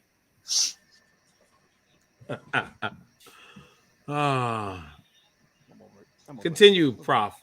No, because we have Mr. Back to Terry Funk again. Huh? Back to Terry. Nobody's talking about Terry Funk. Vernon just showed that book. No, Vernon just trolled me and showed that damn book just now. You all weren't paying attention. I saw him do it. I watched him. No good. I watched him. Here's my point. Okay, go ahead. Forget about Steph. I agree the thing about the tag team title match, but also this is what Vince has done for years and years and years and years. And I remember a certain person told me, if it's not broken, why fix it? That was one of you in this thing who said, "Oh, it's okay to do the same match over and over and over and over and over again because it works." Who was that again? I don't remember. Who was that? Oh, I don't know. It's Mr. Somoza who said, "Yeah, it's okay. Do it over and over again because people will come back, and they are coming back." But I'm getting bored now. So now what? I know you're gonna say he's gonna say you're gonna watch though. I know him. Go ahead, say it. Say it. Woo! You took the words right out of my mouth. You're good. I'm still gonna watch. Click. Watch. That's the Wembley. That's the Wembley. 3 hours. Oh no, that's not Wembley. Show. That's not Wembley. That's no. I can't wait to get the real real Wembley. So I'm going to say this. I think that Shinsuke going over here would be great. It would throw some life into this whole thing. I think that What do y'all mean? I like life? Seth. I like what where Seth life is at. missing. I like where Seth is at, but I think that the Shinsuke thing, Shinsuke finally feels like the Shinsuke who came from New Japan as the former Intercontinental Champion. Yep. It feels like the Shinsuke that's coming with some that promo he did where my man had the subtitles. He just talked. He just spoke in Japanese and had the subtitles. Loved it. He had 2 promos like that. Hey, I'm just gonna say, Shinsuke's last few whatever in New Japan, homie was clearly phoning it in. Yeah. Oh yeah. So he wasn't trying to get hurt before he came to the Fed. Yeah. So. And we also have seen Shinsuke that I think that I really want to see Shinsuke and Seth just go off. I want to see them just go off, give us a pay-per-view quality match. Now, the difference between a television match and a pay-per-view match, you know what that is, right? Where it shouldn't just feel like an episode of Dynamite, episode 200, and we're just watching a very expensive version of a free TV match. But that's besides the point. Right? But there's a different type of level, and I feel like Shinsuke's going to step it up this match. We're going to see something. Rhea and Raquel, I'm excited to see them two. I did see them two go at it, and I think that I'd love to see Raquel get back to who she was in NXT, where she was just Diesel, Mommy Diesel. Yeah, I forgot to think what was her name. Wasn't that La Patrona? No, was it La Patrona or something like that? They called her Big Lady Diesel or something too at one point. I call her Big Mac. Either way, she was doing her thing. Look, the tag match, like I said, I whatever. Does JD McDonough get involved? Yes. Yeah. So I do hope that it isn't one of those street fights where it's 2-on-2, then at the end a third guy runs in and just gets in the match for 20 minutes because it will be though. That just drives me crazy. Those are those little things that I'm like, I really wish we would stop doing that, guys. So in reality, do you think this would main event the pay-per-view? This match here, what it is, a Steel City street fight? Do you think that'll finish the show? I don't think so. I don't think so. I think that it should. You know what? If anything, to spice up the case, right? The whole because the case has always been in play. I'm figuring it has to go on early so that way Damian can have some presence. I'm assuming in that match, the idea of Damian coming in the main event. Yeah, just a hint. They do have a good story with Seth's back where after the match his back could be done here if Shinsuke targets it the whole match. Well, Shinsuke's gonna work that back. If they tell you the story on TV, that's what he's gonna work. They do have a good story where, let's say Seth could be super vulnerable after that match, especially if they just target that back the whole time. Do you think he's going to be vulnerable in a way like he says, we're not friends and I just miss you and I love you and I thought that we're really friends and it wasn't all just about this title? You think vulnerable like that, or you think vulnerable like in a wrestling way, not emotionally vulnerable? Here we go. I'm just asking a question. Can I ask a question of Shay? Can I ask a question of Shay? Thank you. Can I have the floor to ask Shay a question? 80,135. Tell him, Prof. 80. He doesn't get it. I don't know what more I can do to make him get it. He doesn't get it. Be careful. I have receipts. Oh, I got you. Careful. That's real ticket sales. Okay. I have, gentlemen. I have receipts. Daddy Dave, I got receipts. Don't mind the empty seats in those in those stadiums. Speaking of Daddy Dave, do you have star ratings? Oh, has he put out star ratings yet? I haven't seen the basement talk about it yet, so no. Okay, so while you look at Vern, okay, go ahead, Ian. Go ahead. But from what I know, and I believe I said this in the chat for All In, every match on this card is a 4-star minimum. So if you all are trying to go lower, it's not going to work tonight. Good sir. We did this on the show last. There's about 6 of them that are already starting at 5. So we know this already. More than half of them will be 5 stars or more for sure. If not all. Yeah, I think we counted 5 or 6 of them, if I'm not mistaken, on the last show, how many 5-star matches there'll be. And we didn't even have all 11 matches. We had 8. And we said 6 out of the 8 that we saw would be at 5 stars at least. So, for sure. Okay, so for this pay-per-view, I'm going to – what is this? What am I looking at? That Terry? NWA World Champion? So Vern. Yeah, I know it's for Vern. He might go get the book again. Oh, let's go. Let's go. Shay, my man Shay. Nah, they're not out yet. Dave hasn't put them out yet. Okay. Shay, I want to ask you, match you're looking forward to the most. For Payback? Yeah. Shinsuke and Seth. Okay. Ian, you? Yeah, Shinsuke and Seth. Shinsuke and Seth. Vern? I'm gonna have to side with the boys on this one. Shinsuke and Seth's the one that's got me most interested as well. I'm gonna go different from all of y'all. I'm gonna say LA Knight and The Miz. That is cooking. Because LA is crowd reaction. I feel that might be one of the loudest. They could start the show. Yeah. We're not gonna do it like we do normally, Vern, because we got guests with us this time. We normally try to book the card, but it's fine. But LA Knight and The Miz could start the night. You never know. Start off white hot with a babyface win. Because The Miz can lose every week and it doesn't matter. My favorite thing about the feud is how they're using what like the Smarks are saying about LA Knight, how he sounds like this and he sounds like that, and they're putting it into the story with Miz being the one to say it. Money. Yeah, let the story tell itself. Miz is the internet right now. Yep. So it works. And like I said, Miz is the prototype WWE heel. He's gonna get heat. LA Knight, white hot babyface. I want to just see how the crowd reacts. And I'm just saying, when they had their first face to face, man, Miz had LA Knight fumbling on his words. LA Knight, yes, he did. LA he was fumbling for a moment. Yeah, he was definitely Miz. Miz is the man, yo. Miz is the man. If he wants to cook you, he's gonna cook you. This is why I said people need to stop sleeping on Miz. Like Miz ain't the man, bro. I'm telling you, when it comes to being a heel for the WWE, the Miz gets it. He understands it thoroughly. And this is why it's good for LA Knight as this white meat, well, not white meat, but this babyface who's white hot to get a real true test on who he's working here. And if I'm not mistaken, this is probably not counting his match with Bray, because I feel like that Pitch Black match was just a cash grab advertisement match. This is like his first pay-per-view match, premium live event, whatever you want to call it.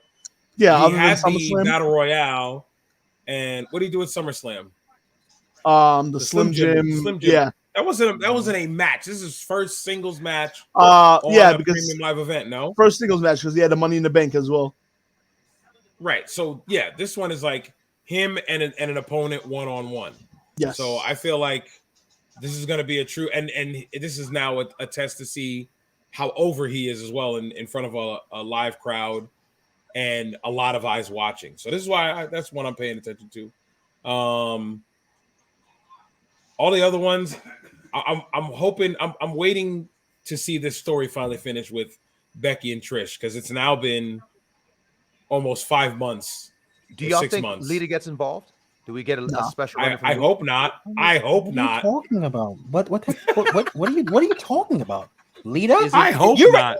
Do you not remember that Lita was a part of the story and then Lita got hurt? I should be asking you that question. Remember? Do you not said remember? That it made perfect sense. Remember? So what are you talking about? What are you talking about? I know I'm talking about. I'm talking about using logic, which you're not using clearly right now. Right. So I ask you a logical question. Why would Lita get involved? Why would because it's a loose end of the story. Loose end of the story. It's a loose end of the story. That's what it is, buddy. So you're saying asking a general question. I shouldn't ask general questions. You're asking stupid questions. Oh, you're right. Questions. You're stupid questions. Double O's dub. More funk. Can't see what that is. I can't send it. It's you in it. It's you in the Miz. Yeah. My point is that Kevin? Why would Leah get what? Yeah, no Lita, Vern. No Lita, Vern. You're bugging. No, dummy. No, you idiot. Dummy. I don't know about dummy. Yeah. Dummy. But, yeah. He gets it. Yeah, no. You're right. You're so right. Logic. You're right. Asking a logical question. Get to all in. I'm ready for all in. You guys think that Kelly's gonna make a run in? Because that would be funny. You might. Hello. Okay, we're moving on from this. Anything else about Payback before we continue on? It'll be better than anything AEW could give us. Go ahead, nerds. I'm not gonna want my. All right. So speaking of anything AEW will give us, on the very next day, September 3rd, Chicago, Illinois, the United Center, AEW presents All Out. Vern, I could finally remove that top note where I said All Out would be in Chicago because you didn't think it was going to be in Chicago. I don't remember what episode that was now, but I just remember you saying you didn't think it was going to be in Chicago, and we made a note of it. And here we are now in pretty much September. and All Out's in Chicago. So now I can finally get rid of that note. I'm pretty sure they've done it in Chicago every year. Yeah, it's every year. It's in Chicago. The next pay-per-view after this, sirs, will be AEW presents Wrestle Dream. He's allergic to Wrestle Dream. I don't know if you guys I'm can allergic hear that. to Wrestle Dream. All right, so for All Out, if you guys can believe it or not, there are already 9 matches made within a week. What? 9 matches. Less than a week. So are you guys ready to hear this one? Yeah. Ready? Okay. It's not good. Here we go. It's not good. Luchasaurus with Christian Cage will take on Darby Allin in a singles match for the AEW TNT Championship. Miro will take on Powerhouse Hobbs. Chris Statlander will take on Ruby Soho in a singles match for the AEW TBS Championship. Orange Cassidy will take on Jon Moxley in a singles match for the AEW International Championship. Kenny Omega will take on Konosuke Takeshita with Don Callis in a singles match. Bullet Club Gold, Austin Gunn, Colton Gunn, Jay White, and Juice Robinson, Free Juice, will take on FTR and the Young Bucks. When did that happen? In an 8-man tag team match. When did that happen tonight? That happened on Collision? I didn't. Everybody's watch shrugging. Tonight, so. Okay. Okay. I guess we know the winner of the. I was gonna World say, Tag I was like, Team- geez, I was like, that was quick. It's already there. So Better Than You, Baby, which is Vern's favorite team of Adam Cole and MJF, will take on the Dark Order in a tag team title of ROH World Tag Team title match. Samoa Joe will take on Shane Taylor in a singles match for the Ring of Honor World Television Championship. And Eddie Kingston and Katsuyori Shibata will take on the Blackpool Combat Club of Claudio Castagnoli and Wheeler Yuta. Can we compare this card to last year's All Out card? Okay, but how do we get half of those matches, guys? That is a very random assortment of matches just put on pay-per-view. Okay, do you want Shane Taylor? What do you want? Shane Taylor's on be on pay-per-view. I'm all set. So it's Ring of Honor. It's like another Ring of Honor pay-per-view. Shane just buried him. Golly, Shane Taylor. I'm all set. It's a Ring of Honor pay-per-view, is it not? There's a bunch of that Ring makes of Honor. yeah. We've got Ring of Honor World Tag Titles, Ring of Honor World Television Championship, and the Ring of Honor World Champions in another match. He's really allergic to it today, guys. Sorry. He's really allergic to the AEW talk tonight. Vern, your thoughts on this card? For real? Yes. This card, this is any other show, any other week. There's nothing special about this card. Nothing. Do they have a chance to take a shit whatever his name is? Takeshita. Duck that. Duck. Golly. I said his name. No, you didn't. I said his name. No, you didn't. I don't know how to pronounce it. Do they have a chance to make him something in his match with Omega? Him and Kenny Omega, sure, right? Because that's the point of this. Isn't it a rematch from something they did on Dynamite? Didn't they wrestle each other on Dynamite already? Sure. I don't know. Don't shrug, No, Professor. didn't. You They know. have Don't act like you don't know. You know. I don't know, actually. I don't know. They've been in multi-mans against each other, but no singles match. I don't Regardless, know. Sorry. Luchasaurus Darby Allin. That's been something that's been going on with stop. Collision, right? Give me Christian Cage. Christian Cage is the only reason that's any good. Luchasaurus is horrible. Horrible, rotten, filthy rotten, green rotten. Miro versus Powerhouse Hobbs. That's like the Barbarian. That's like the Powers of Pain versus the LOD. You got these two. That's giant one match men. I'm actually looking forward to. Oh, you asked me what I'm looking forward to on this card? No, I didn't ask you. I just said your thoughts. Oh, okay. I just said your thoughts. My thoughts. If you want to ring through the whole card, go ahead. Some of these matches just don't even make sense. What's the point of booking it? Yeah, this card does not look attractive at all. There's nothing about this card that makes me I go out of my way and watch that. No, Orange Cassidy, Jon Moxley. Why? Is this an indie Real show? wrestling. Is it 2009? Is it CZW? Why? I don't want to see Fire Ant versus Mox, bro. So can I say something before I throw it to you, Ian? Can I say something really quick? Is this a product of Mark booking? Yes. No. Is this a product of the world we live in where content is king, pretty much? Where the more content you push out, the better. Where this is turning into quantity over quality. Because they just gave you a show we're about to talk about in London a week ago. Not even a week ago. 4 or 5 days ago, they just gave you it. And now they're going to give you another pay-per-view. Why do we need another pay-per-view a week later? Well, let me say this because I want to address the elephant in the room. The one I think I know that Vern probably brought up that he didn't think it would be in Chicago, but it's gonna be in Chicago, and it's gonna be in Chicago without the person who comes. It's gonna be in Chicago without the person who they come to see who lives in Chicago. Yeah, CM Punk being suspended on this All Out coming out on Sunday with this really, really problematic card leads to not a riot, but I think because AEW people, Vernon, he's one of them, is a following that will cheer no matter what it is. The only problem is they will be chanting CM Punk if it's something they don't like, and there are things on the card that defies logic, literally. So the AEW fans though, they're gonna love everything. I don't know. The problem is, I think CM Punk had to be the headline of this pay-per-view.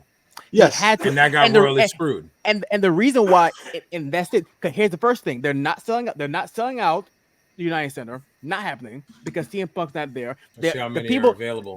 The dirt sheets, of course, are saying that he got suspended. So the Young Buck match, good luck. The Omega match, good luck. Because the people who don't use logic, are going to say, "Oh, it's your fault. It's your fault. It's your fault." And I would have kept All In, and I would have done it All Out. All In, just keep that because you can't hot shot that. Or if anything, like I always say, you have such a huge roster. You could have booked All Out before, even during the booking for All In. You could have done it. That's what I was gonna say. You have 2 shows. You could have booked both cards in advance. They had how long ago since the last pay-per-view? Like I'm sorry, 2 shows. You have 3 shows. My apologies. Forbidden Door, right? That counts. Rampage. Yes, that counts. but you've had months and months and months to build to 2 pay-per-views. All In pay-per-view didn't get matches announced until 2 weeks beforehand, and All Out the week of.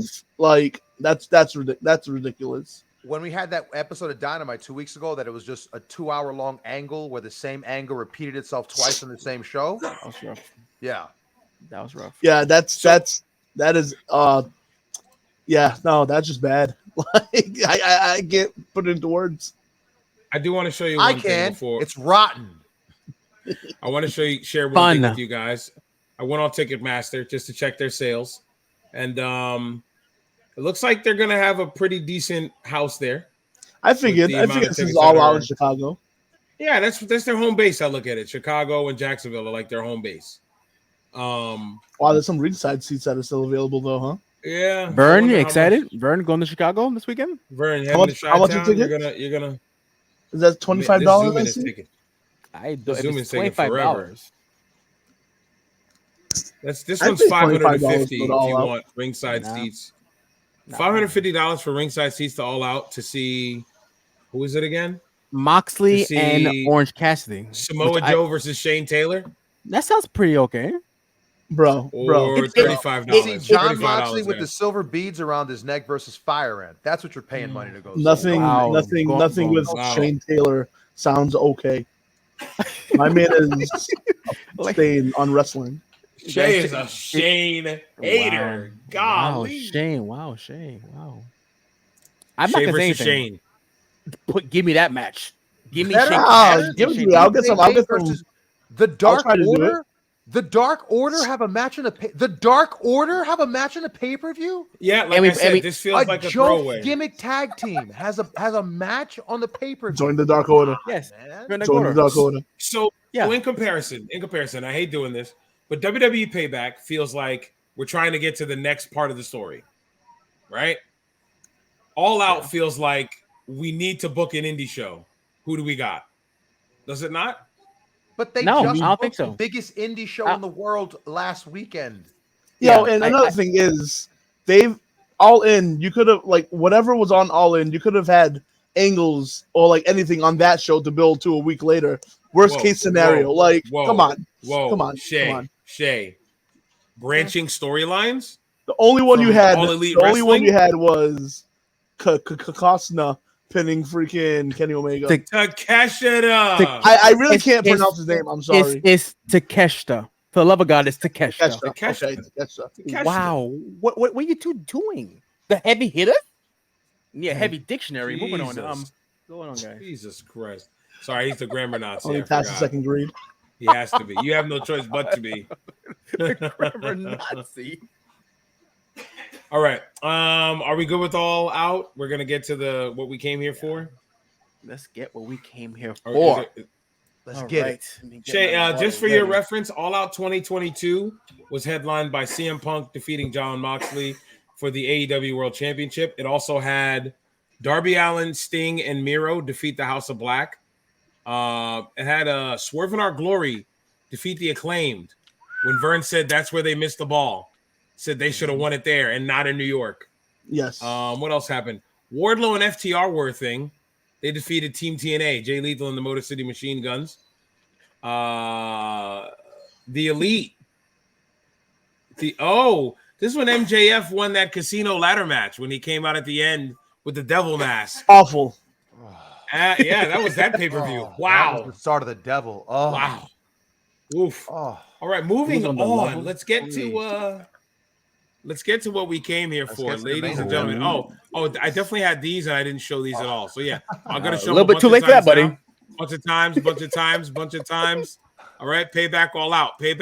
Watch the shows. Support wrestling. All right, done. Okay, how do I? Okay, feels like subliminal messaging right there. Consume. Yeah, right. All right, so let's get to All In, ladies and gentlemen. We are here. All In took place on August 27th, 2023. Ian, you have your numbers dyslexic. Since you're a grammar Nazi, I'm going to be a number Nazi. Wikipedia says 81,035. Wow. 81,035. As well, our Dave keeps record. updating the post. If you notice the change, if you go to Wikipedia track the changes, that number keeps changing. Does it really? Yes, sir. It's going to be 81,038 in a few minutes. It's the same way the WWE numbers. The WWE numbers keep changing, and Dave keeps updating the numbers for the WWE shows. Right. You remember that, right? That Dave keeps all of a sudden. Dave keeps putting out new numbers for WWE and making them lower for whatever reason. Every 2 days, Dave just decides to change the numbers on the shows. Yes, absolutely. So let's get into the 5-star show. Let's get into it. Pay-per-view took place in London, England at Wembley Stadium, had an attendance of 81,035. Tagline of the biggest event in wrestling history. We had, That's you not know true, what? Though. Hold on, stop it. Can we commend AEW for having less than 14 matches on a pay-per-view? They only had 11. Can we give them a golf clap or something? Because they had 100 people on the show. They had to book every. They had to book it I'm like gonna it was every commend them. multi-man match ever. I'm going to commend them for actually filling up the building. That's one positive thing I could say. Filling up the building? Yeah. We have to give them their flowers because we were like 35, Can 45. Can Vern go first? My thing was first? Yeah, go ahead. Can Vern go first? Let's talk about their numbers. They sold tickets. Okay, they sold tickets to a show. How many did they sell? 81,035. That was distributed. How many did they sell? It said paid attendance. 81,035. Wait, you an idiot or something? No, sir. 81,035. No, sir. I'm not getting worked by Dave. I'm not going to get worked by Dave. You're not getting worked. You're not working me. Actually, it was 74,336. You're not working me. There's a difference between sold and distributed. So don't hit me with that. No. I don't want to hear that. I don't want to hear that noise. Talk your talk, Vern. I'm just saying. WrestleMania 32 had more people. Yes or no? You're asking me? Please, because you're the professor. Yes, and I want to read you a number again. 81,035 paid attendance. People were in the building for real wrestling. If you will wake up, you would understand what I am saying. Now look at you pulling up numbers that are false. Go ahead. Yeah, no. So I pulled up my web archive, right? Because I said I have receipts. Free time. WrestleMania 32. Get a hobby. The number of people in the building legitimately was 97,769, or more than 93,000 plus. That was believed to have been the total last night. I'm not sure how many events have claimed 100,000 in the stadium, but legitimately there have only been a few. At this was one of the largest legitimate crowds in the history of AT&T Stadium. WWE announced 101,763 as the attendance and a $17.3 million gate. The gate is either accurate or very close to it. Who wrote this article? Is this on? Am I on Figure 4 online on Dave Meltzer's website where Dave wrote these numbers? And then Dave has since redacted them all and said, oh, it was only 80. It was only 79. Oh, it was only 67.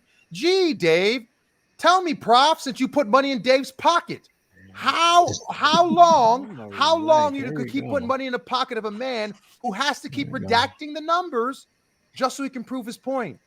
How long? Let me finish. How long are you gonna keep supporting Brian Alvarez, who hates CM Punk and has to do everything he can to denigrate CM Punk? Why can't he just say that he's upset because CM Punk dated a girl he liked? I got receipts. You want me to read his comments about who's talking about Punk? I got my receipts, homie. I am so glad. Like firstly, I'm not. I came tonight with receipts in my hand because that's beautiful. Listen, that's beautiful. The internet remembers everything. Remembers everything. Great. So when Brian Alvarez was crying about, oh, CM Punk's, he's apparently going out with a girl in the back, and well, I just think he's a terrible person. Why? Because you couldn't holler at her? Because you a salty dude? You still salty after all these years because the diva wasn't gonna pay attention? You, huh? And yet you put money in his hand. Word. Tell me, you put money. It's my bad. Duck me on that one. Yet you put money in his pocket. Why? Why? Oh, good morning. Huh? Firstly, I'm not your homie. Let's start from there, buddy. Yeah, let's start from there. Secondly, I don't know why you have this habit. I don't know you have this library. You like to live in the past, buddy. You're living in the past. Oh, this happened with Dave 10 years ago. It happened 5 years ago. We're talking about 2023, present day, and you can't accept it. Look at you right now. You can't even focus on the conversation. Oh, on April 4th, 2016 at 2:21 p.m. Here we go. Story. 7 years ago. I'm just asking. So you're saying if you say something, it doesn't matter because tomorrow's a new day. So whatever. We'll just forget about it. It's a new day. Yes, it is. It's a new. Okay. Understand. There we go, friends. This is AW fan logic. Shay, is this not AW fan logic? It's irrelevant because I would like Vernon Somoza to admit that so far he has not found any information that at AEW All In Wembley Stadium that 81,035 tickets were sold. Have you found anything to negate that? Yes or no? Don't tell me anything happened in 2018. I got you. Good. I got you. This is on. Go ahead. This is on, Vernon. I got you. Okay. And look, he's gonna go to Wikipedia. Let me hit WrestleTix and see what the official number was. No, and don't go to Wikipedia and write it up yourself and say, "Oh, I found it." Don't do that either. I'm gonna. Can I read off the results of these? Go ahead. This card. While I bring some. Okay. So let's go through the 11 match card, shall we, Shay? Yes. You there? Okay, good. Heavy hitters. Okay, he's good. MJ. Okay, in the pre-show, MJF and Adam Cole defeated Aussie Open in 7 minutes and 45 seconds to win the Ring of Honor World Tag Team Championship. Hook defeated FTW champion Jack Perry for the FTW Championship in 8 minutes and 20 seconds. Real Glass, Cry Me a River. CM Punk defeated Jack Perry by choke out. Oh, that's not on there. I'm sorry. CM Punk defeated Samoa Joe by pinfall. That's what it says for the Real World Championship in 14 minutes. Then we had Bullet Club Gold and Konosuke Takeshita. So what is it again, Shay? What is it again? No. Takeshita. Catch them all? Takeshita. Catch them all. Defeated the Golden Elite in 20 minutes and 30 seconds.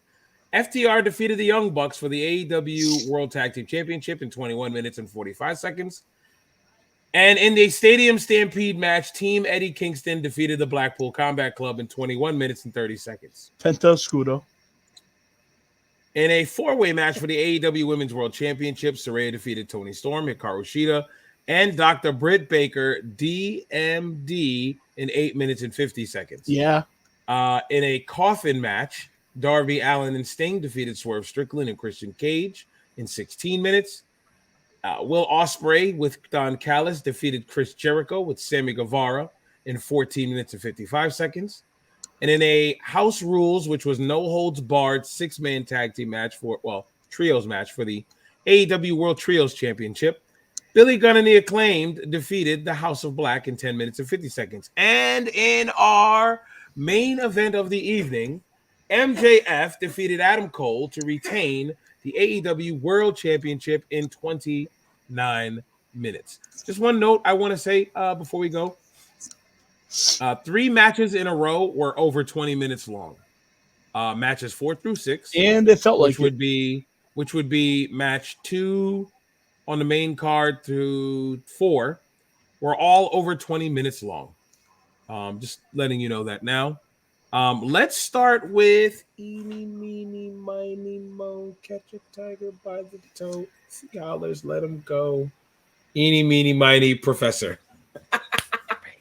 Let's hear it. Talk to me about All In. Oh, wow. Now, before I talk about All In, Mr. Somoza, do you have the number yet?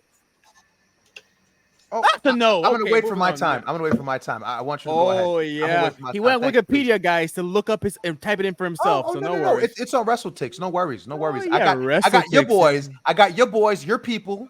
They're collecting these numbers, the ones you pay for stuff. So go ahead. Tell before I move on. Go ahead, tell us. Please.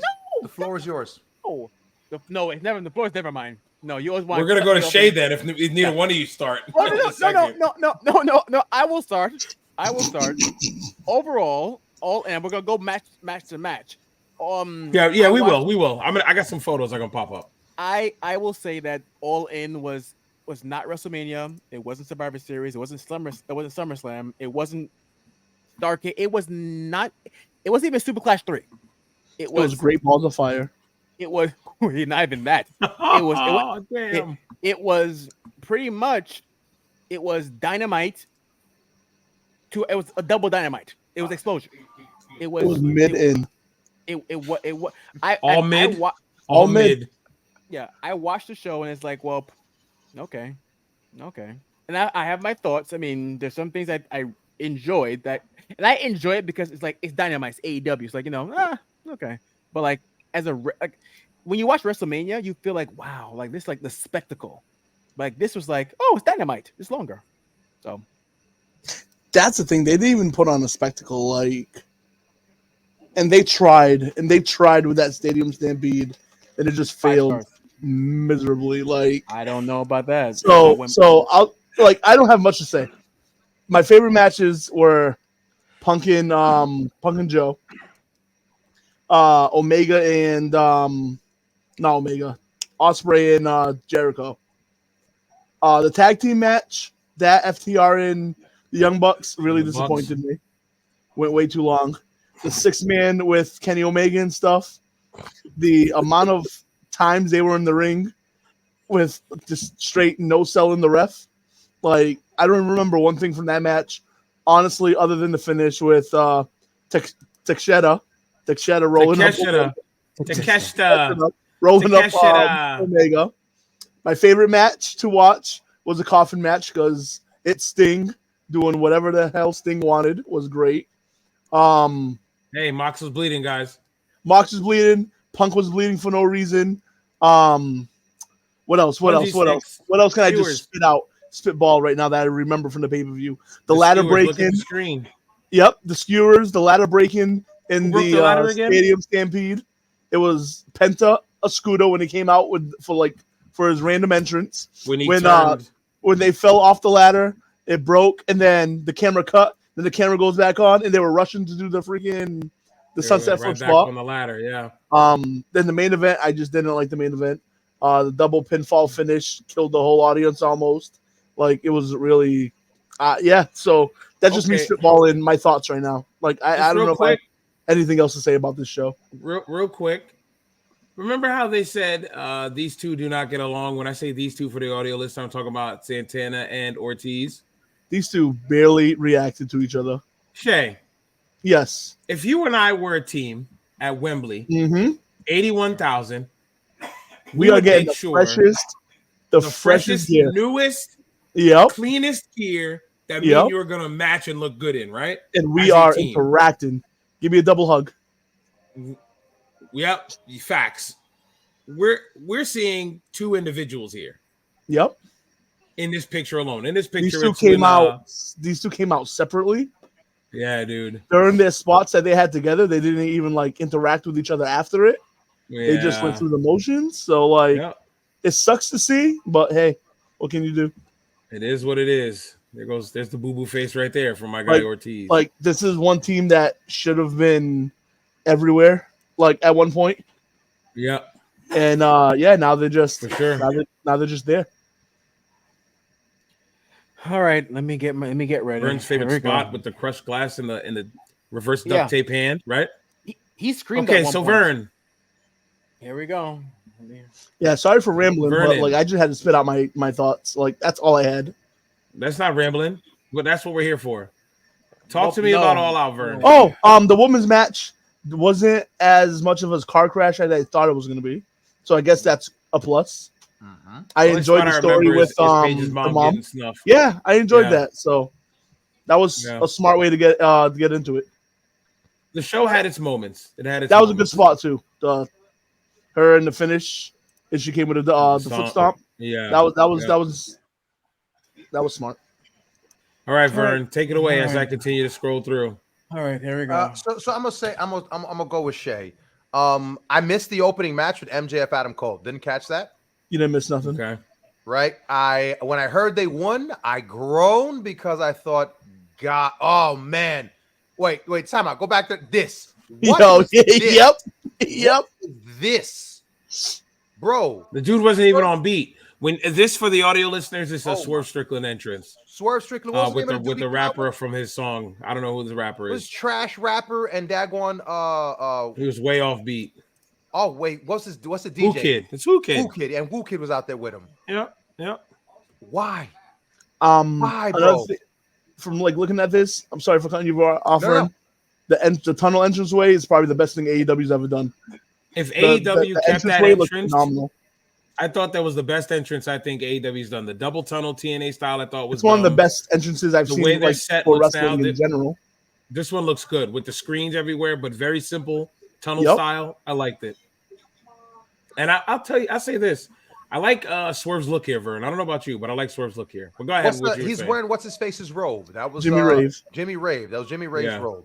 The embassy. It's not even his own look. The homie borrowed a robe, and it's shocking. That robe looks better on him than Dagon what he normally wears. Yeah, but his gear game was on point that night. His gear sucks. Yeah. His gear sucks. When he wears a Dagon face mask and he comes out with a face mask and grills, and he sucks.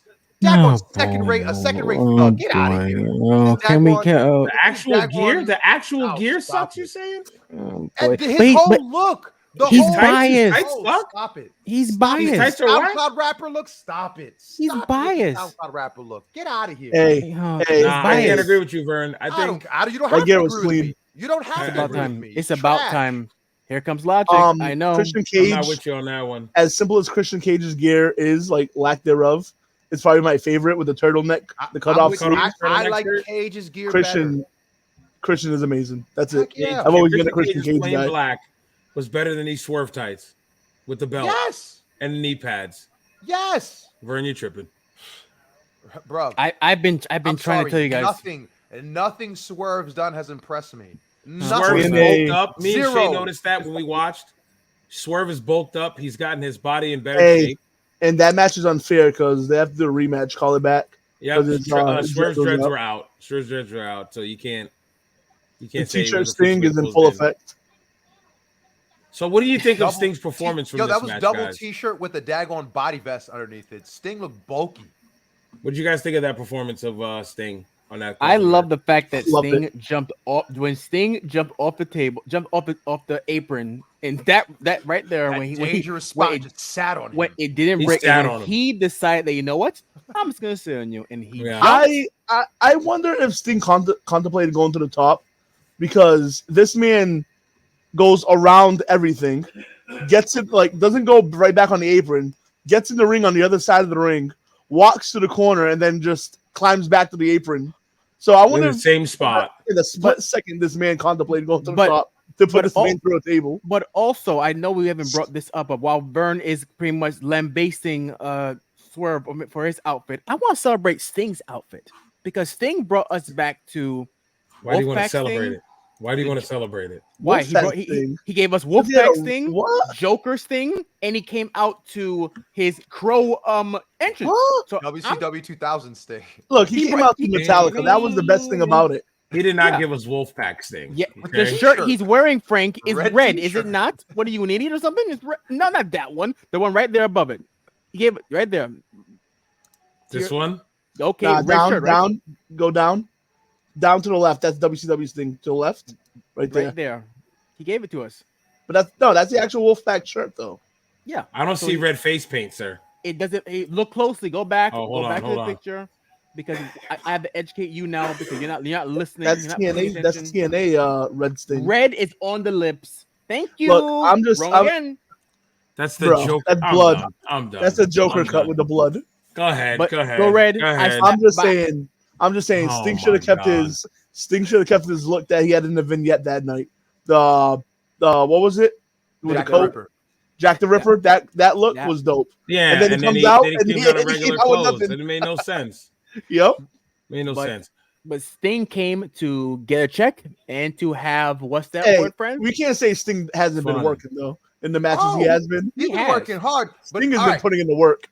Vern, go ahead with what you were saying. What sums up the match for me was the spot where Sting had the bat, and we watched him put the bat, and it's like the cameraman didn't cut up quick enough. Yeah, and it was like this could have been a cool spot, but you literally let us watch Sting put the bat in place and just sit there and watch it. It was like, what is going on here? Can we hear Vern's thoughts now? Because I have my pillow ready. Are we not? Anyway, it's your turn. Hooking Jack Perry. Jack Perry didn't do bad as a heel when he was into the coast to coast and flipped the bird the crowd. What a great reaction, right?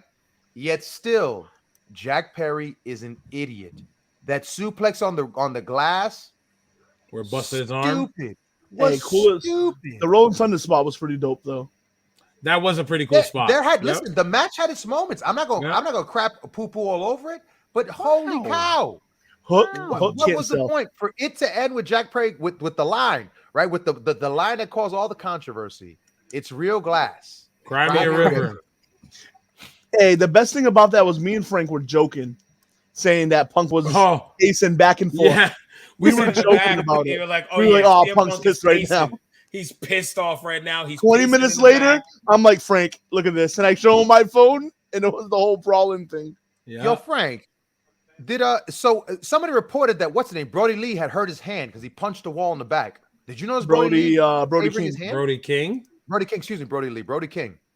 Apparently he punched a wall and broke his hand or something. Yeah, that he was like favoring his hand. Like I didn't see him favoring his hand in any way, shape, or form. By the way, this match I feel like would have been actually really good if they just kept it as a normal 6-man tag. Yep. I disagree. This match should have ended. This match should have. You disagree, really? I feel like Billy Gunn, regular match, Billy Gunn getting that hot tag finally. That crowd would have been nuts. But firstly, why is it? Why? Firstly, I know we're not talking about the way the car was laid out. Why was this the semi-main event? There's no equation. But I think back to the whole thing of the brawling, that might have led to it because no way this is the semi-main event. The Acclaim being the House of Black to put Billy, who was going to retire and he came out of retirement to win. Why?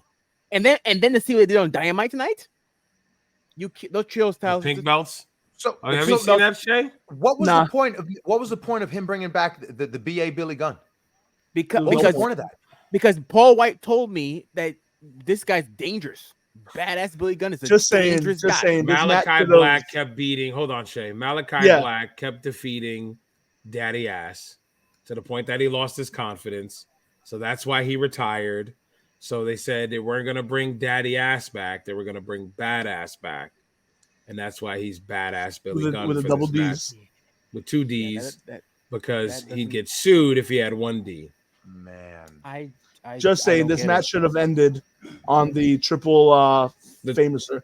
Yeah, the 3 Yeah. Famousers, the match should have ended there. And it They just ended it dragged at the after wrong that. spot. Yep, they ended it at the wrong spot there. They had the crowd at the 3 Famousers, and they lost them afterwards. That seems to be the thing with the Acclaimed. it's They the don't seem to hit theme. the It point. is the theme with the yes. Yeah, they right? don't seem to know when to hit the point. Yeah, They just do too much. They They just do too much. always That's it. do too much. That's the thing with a lot of like modern indie like guys. Like they Mhm. just do too much. We can Frank. agree on this. They do too much. They have belts that have scissors cut into the straps, for goodness Yes, sakes. Now. yes, Shay. They're Wait, what? doing Their too belts much. scissor you need- at the You need to straps. send me a picture of this, please. Oh, it's on. bright Jay. pink belts at the backs are scissors, and they can take the backs I of the think- belts and they can connect them to scissor. I'll And find they it. all 3 of them took their belts and scissored mid-ring with the belts. I'll find it It's for you. like the smoking skull belt on drugs. Because You know, Okay. here it is. I'll just say that's creative. But all right, There you go, Shay. that's ridiculous though. He said that's ridiculous. Creative, but Scissoring their ridiculous. belts. It's like it's it's too much of a good thing. It's you already have a Sunday. Why are you now adding more toppings on top of it? Yeah. Why do you feel the need to add now packets of sugar on top of your ice cream? Why? That's funny. That was funny. Yo, CM Punk versus Samoa Joe was the best match on the card. Um, I agree. yes, I agree. I liked. I said Jericho and Osprey. Now when I that's went back wrong. and- That's But when I wrong. when I went, I liked it. Hey, Jericho. hold on. I'm sorry. Vern, is that Borderlands? Yes, it is. That's the Borderlands. That's the yeah, it is. Borderlands Wow. rock, right? Yeah. That's some cell shading. Because look at the design on the jacket. I didn't realize it till right now. I was trying to put my finger on it. Go ahead. This I like the more of a slow down Osprey where he's trying to tell more of a story than trying to get his stuff in. And I feel like him Yeah. and Jericho actually had a better match than I thought they would have, and I think- enjoyed it. Yeah, I think Osprey has definitely gotten better as he's gotten older. Yes, and Punk had no reason to bleed in that match. So did you not feel that Jericho was slow though? That Osprey had uncertain when Osprey first began, it felt like he was cooking and Jericho was too. Oh, of course he would have to slow down for him. But that's the mark of a good worker. If you can slow here's the down, thing. Why was Jericho trying to keep up with him? Right, that was my thing. Is like, why are you even pretending to want to keep up with him? I see what you That's mean. all I'm saying. Why even pretend, bro? Don't do that. Let's from the top. We all know you can't keep up with the man. So why? MJF, Adam Cole. That is by far, I've never seen an angle that legitimately makes me angry to watch it happen every single week. This storyline has gotten weird. It's gotten to a place where Adam Cole only. You remember the episode of South Park where they're emoting and they come in and El Pollo Loco and then go back and forth with the Russian bear? You remember that? You ever seen that? Where they go in and they just cut these long promos against each other and they start going, they take 10, 20 minutes to talk and they have the screen gets dark and there's a spotlight and they just talk to each other. And then every now and then wrestling breaks in between. But in between these long emotional stories, that's what this has turned into. Just two guys who love each other. And when that main event came, Prof, how did I not want to jump out of my seat and dropkick my television when MJF said, fine, if this is what you want, fine. And he was fake crying. And the melodrama was too much. Why? But the problem But the problem in all of it is the same point that I made before, and I've said multiple times. This story works. The only part that makes it doesn't make sense, you cannot have the world title in the mix of it. If you two want to be idiots and love each other and do all that, Dynamite is a cluster anyway. It's nonsense throughout the whole 2 hours anyhow. If you want to be that in a mix of things, in a mixed bag, knock yourself out. But when you have the world champion behaving this way, I think the point that I made before is I think that Tony Khan has figured out that MJF is an idiot who will bury himself and put himself into a position which he will never go anywhere but AEW. He's sabotaging himself right now. You are making it seem that TK is a genius, my friend. Oh, Because my thing is, if you can't control your talent by default, you must be a genius. Because who do you know who can burn money as fast as Tony Khan can? Listen, don't you talk about Mr. Khan like that. I'd say Herb Abrams, but well, we all know. But Herb ran out of money. Herb ran out of money. Eventually, he ran out of money. That double clothesline pin, yo. At this point, and double clothesline spot. Yeah, go ahead, Vern. Keep going. No, but I'm saying at this point, TK's just burning money. The fact that y'all are telling me Ricky Steamboat's going to do a strap match in 2023, he might. Bro, Vern, he might being called out. But if he does, I'm watching. If he does Ricky Steamboat need money that badly? No, he's 70, I believe. He's 70, isn't he? He has to be 70. How much do you think Tony Khan is offering people? He can't do a strap match. Vern, real quick. Black Air Force energy. Let's go. Oh, is that a Tiger Driver? Because that does not look. It was, and he landed bad. That was badly executed. Yeah, it looks like Hook took a really bad bump there because he's going elbows first. He's going elbows first. And he's my dude, Jungle Boy has him by his knees and not even like not his waist. Yeah, not even his waist. I hope for 2023, Hook goes just like Brian Pillman Jr. Hook gets out of here. I hope Hook gets out of here and goes to Fed. He might. Oh, yes, there we go. Frank, keep it right there. Frank, Frank. Yeah, Frank. There was like a whole hour of the pre-show that we didn't watch. Really? Yeah. Double J came out and said America's better. Yeah. Can Grado? They had a Hobbs and Miro contract signing. Grado hit Jarrett with a guitar. Yes, sir. And got a check for that, by the way. Don't forget. Grado 2016. Grado hasn't been relevant in like 8 years, I feel like. Well, in 2023, 8 years, 2015. I would go no, because when Grado was in ICW, he won their title. And then who watched ICW for a while? He was in TNA, came back, won their title, and he was the storyline was he was in TNA and ICW, and they termed heel because he was in America more than he was in London.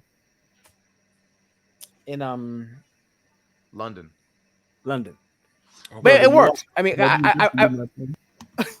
I've watched the work that he did in ICW during that heel time. I mean, it was okay. Mm-hmm. But that's money right there. They should have put my man Grado was an entrance, and that was it. Okay, that was it. Yeah. Here's another thing that burns me up. How long are we gonna keep having CM Punk and MJF literally never acknowledge each other ever? Until 2024. Okay, can we talk about CM Punk and what happened in between? Can we talk about my man Punk doing what only grown man does? Talk about CM Punk did nothing wrong. Let's talk about CM Punk. All right, I got an article. Hopefully, this covers everything. This comes from Wrestling Observer, Figure 4 Online. Ian, you're familiar with this. Huh? Then it definitely has been. This is slanted truth. You can't take this as truth. This is just one man slanted opinion. This is coming from Josh Nason. Yes, yeah. Look who's talking. On August 29th, it says updates on CM Punk all-in altercation with Jack Perry. Travel issues, collision glass spot. Brian Alvarez reported multiple details from this past weekend. I am calling it Brawl In. That's what I'm calling it now because it wasn't really a brawl, but I'm still calling it Brawl In because Brawl Out sounds so good. All right, story has been updated. As expected, more details have continued to emerge regarding the latest CM Punk controversy stemming from last Sunday's All In from London's Wembley Stadium that saw Punk and Jungle Boy Jack Perry get into a physical altercation backstage. The following comes from our Brian Alvarez on Tuesday's edition of Wrestling Observer Live, who said he spoke to no fewer than a dozen people regarding the entire situation and then some. They have these parts have titles. The Punk Perry skirmish. Shortly after the Punk versus Samoa Joe match to kick off the pay-per-view, a story emerged that Punk and Perry had gotten into some altercation backstage prior to Punk going out for his match. Perry had already wrestled on the pre-show match against Hook and made a comment about real glass, cry me a river to the camera during the match when they were fighting on and around the car. The comment was a reference to a story that emerged recently about a spot Perry wanted to do with real glass on Collision that Punk nixed for several reported reasons.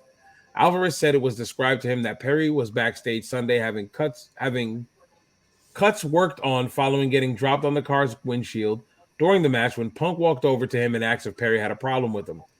Perry said something to the effect of, "Well, you heard what I said out there," according to several people. Punk said something to the effect of, "You know I can beat your ass, right?" There was a quick incident, and nearly 100% of people Alvarez spoke with say Punk made the comment and either shoved or pie-faced Perry and then put him in a guillotine headlock. It was immediately broken up soon after. They got close enough to Tony Khan, who was in the gorilla position, that monitors were apparently knocked down onto Khan. Alvarez said that unlike the brawl following All Out, there were a lot of witnesses to this all happening, including Khan himself. Alvarez said that Punk was furious about the situation, and several people said he threatened to quit and didn't want to go out for his match against Samoa Joe, which caused the delay. Alvarez said he heard that resulted in AEW personnel going to FTR and the Young Bucks about opening the show, but they weren't ready to do so. Of course, they got to come out looking like the heroes ever. AEW didn't blink during all of this. AEW went to the participants in the Golden Elite versus Bullet Club Gold, Konosuke Takeshita trios bout, and they said they could do it if needed. Alvarez said he was told Joe was furious and apparently talked Punk into doing the match. What? Scroll to continue. Oh my God, there is more, fellas. Miro. Afterward, there was apparently another near incident when Punk came through the curtain. Miro went up to Punk and asked about what happened with Perry. Punk then asked if he had a problem with him now, which resulted in an argument. Punk asked if Miro wanted to step outside, but the situation didn't escalate into anything, and Punk headed into the trainer's room. After the report, in for a second, sorry, sir. This has been reported debunked, already. This right? Cap. No, this is Cap. Yeah, that Miro came in like as a joke, like, "Yo, you want to go with me too?" That it was them two joking around. That there was nothing serious about it. Yeah. And then Alvarez and Dave have been in whatchamacallit? I've been in backpedaling. There we go. I'm trying to think of what the recovery mode, I guess. And they've been trying to do damage control. They've been damage control saying, well, 12 people told us that. So if those people are all wrong and lying, then clearly there must be something wrong. But according to Miro and Punk, yeah, there was no beef. It was just them two joking around like two friends. But either way, go ahead. After the report Tuesday, both Nick Hausman and PW Insider had denials that altercation happened. Fightful Sean Ross Sapp reported Tuesday evening that the dialogue between them described above was done in a joking manner. He did include it. Shocker. He updated his article. Gee. All Out status. Per Dave Meltzer, Punk and Perry are suspended pending the results of an investigation into the matter. It's possible both men will work Sundays All Out if the investigation is cleared by then. But Alvarez was told yesterday from the Warner Brothers Discovery side that they were told Punk was indeed suspended and off Sunday's pay-per-view. Alvarez said that most people think Punk will be back in AEW, but there are a handful of those who think he's done and has had enough. It is clear how the situation will it isn't clear how the situation will play out. The collision glass spot. Regarding the aforementioned glass spot, Alvarez said that according to Perry's side of things, it was approved by AEW while he was at a Dynamite episode to the point he rented a car for the spot. According to Perry's side, Punk said no because of Perry's friendship with the Young Bucks.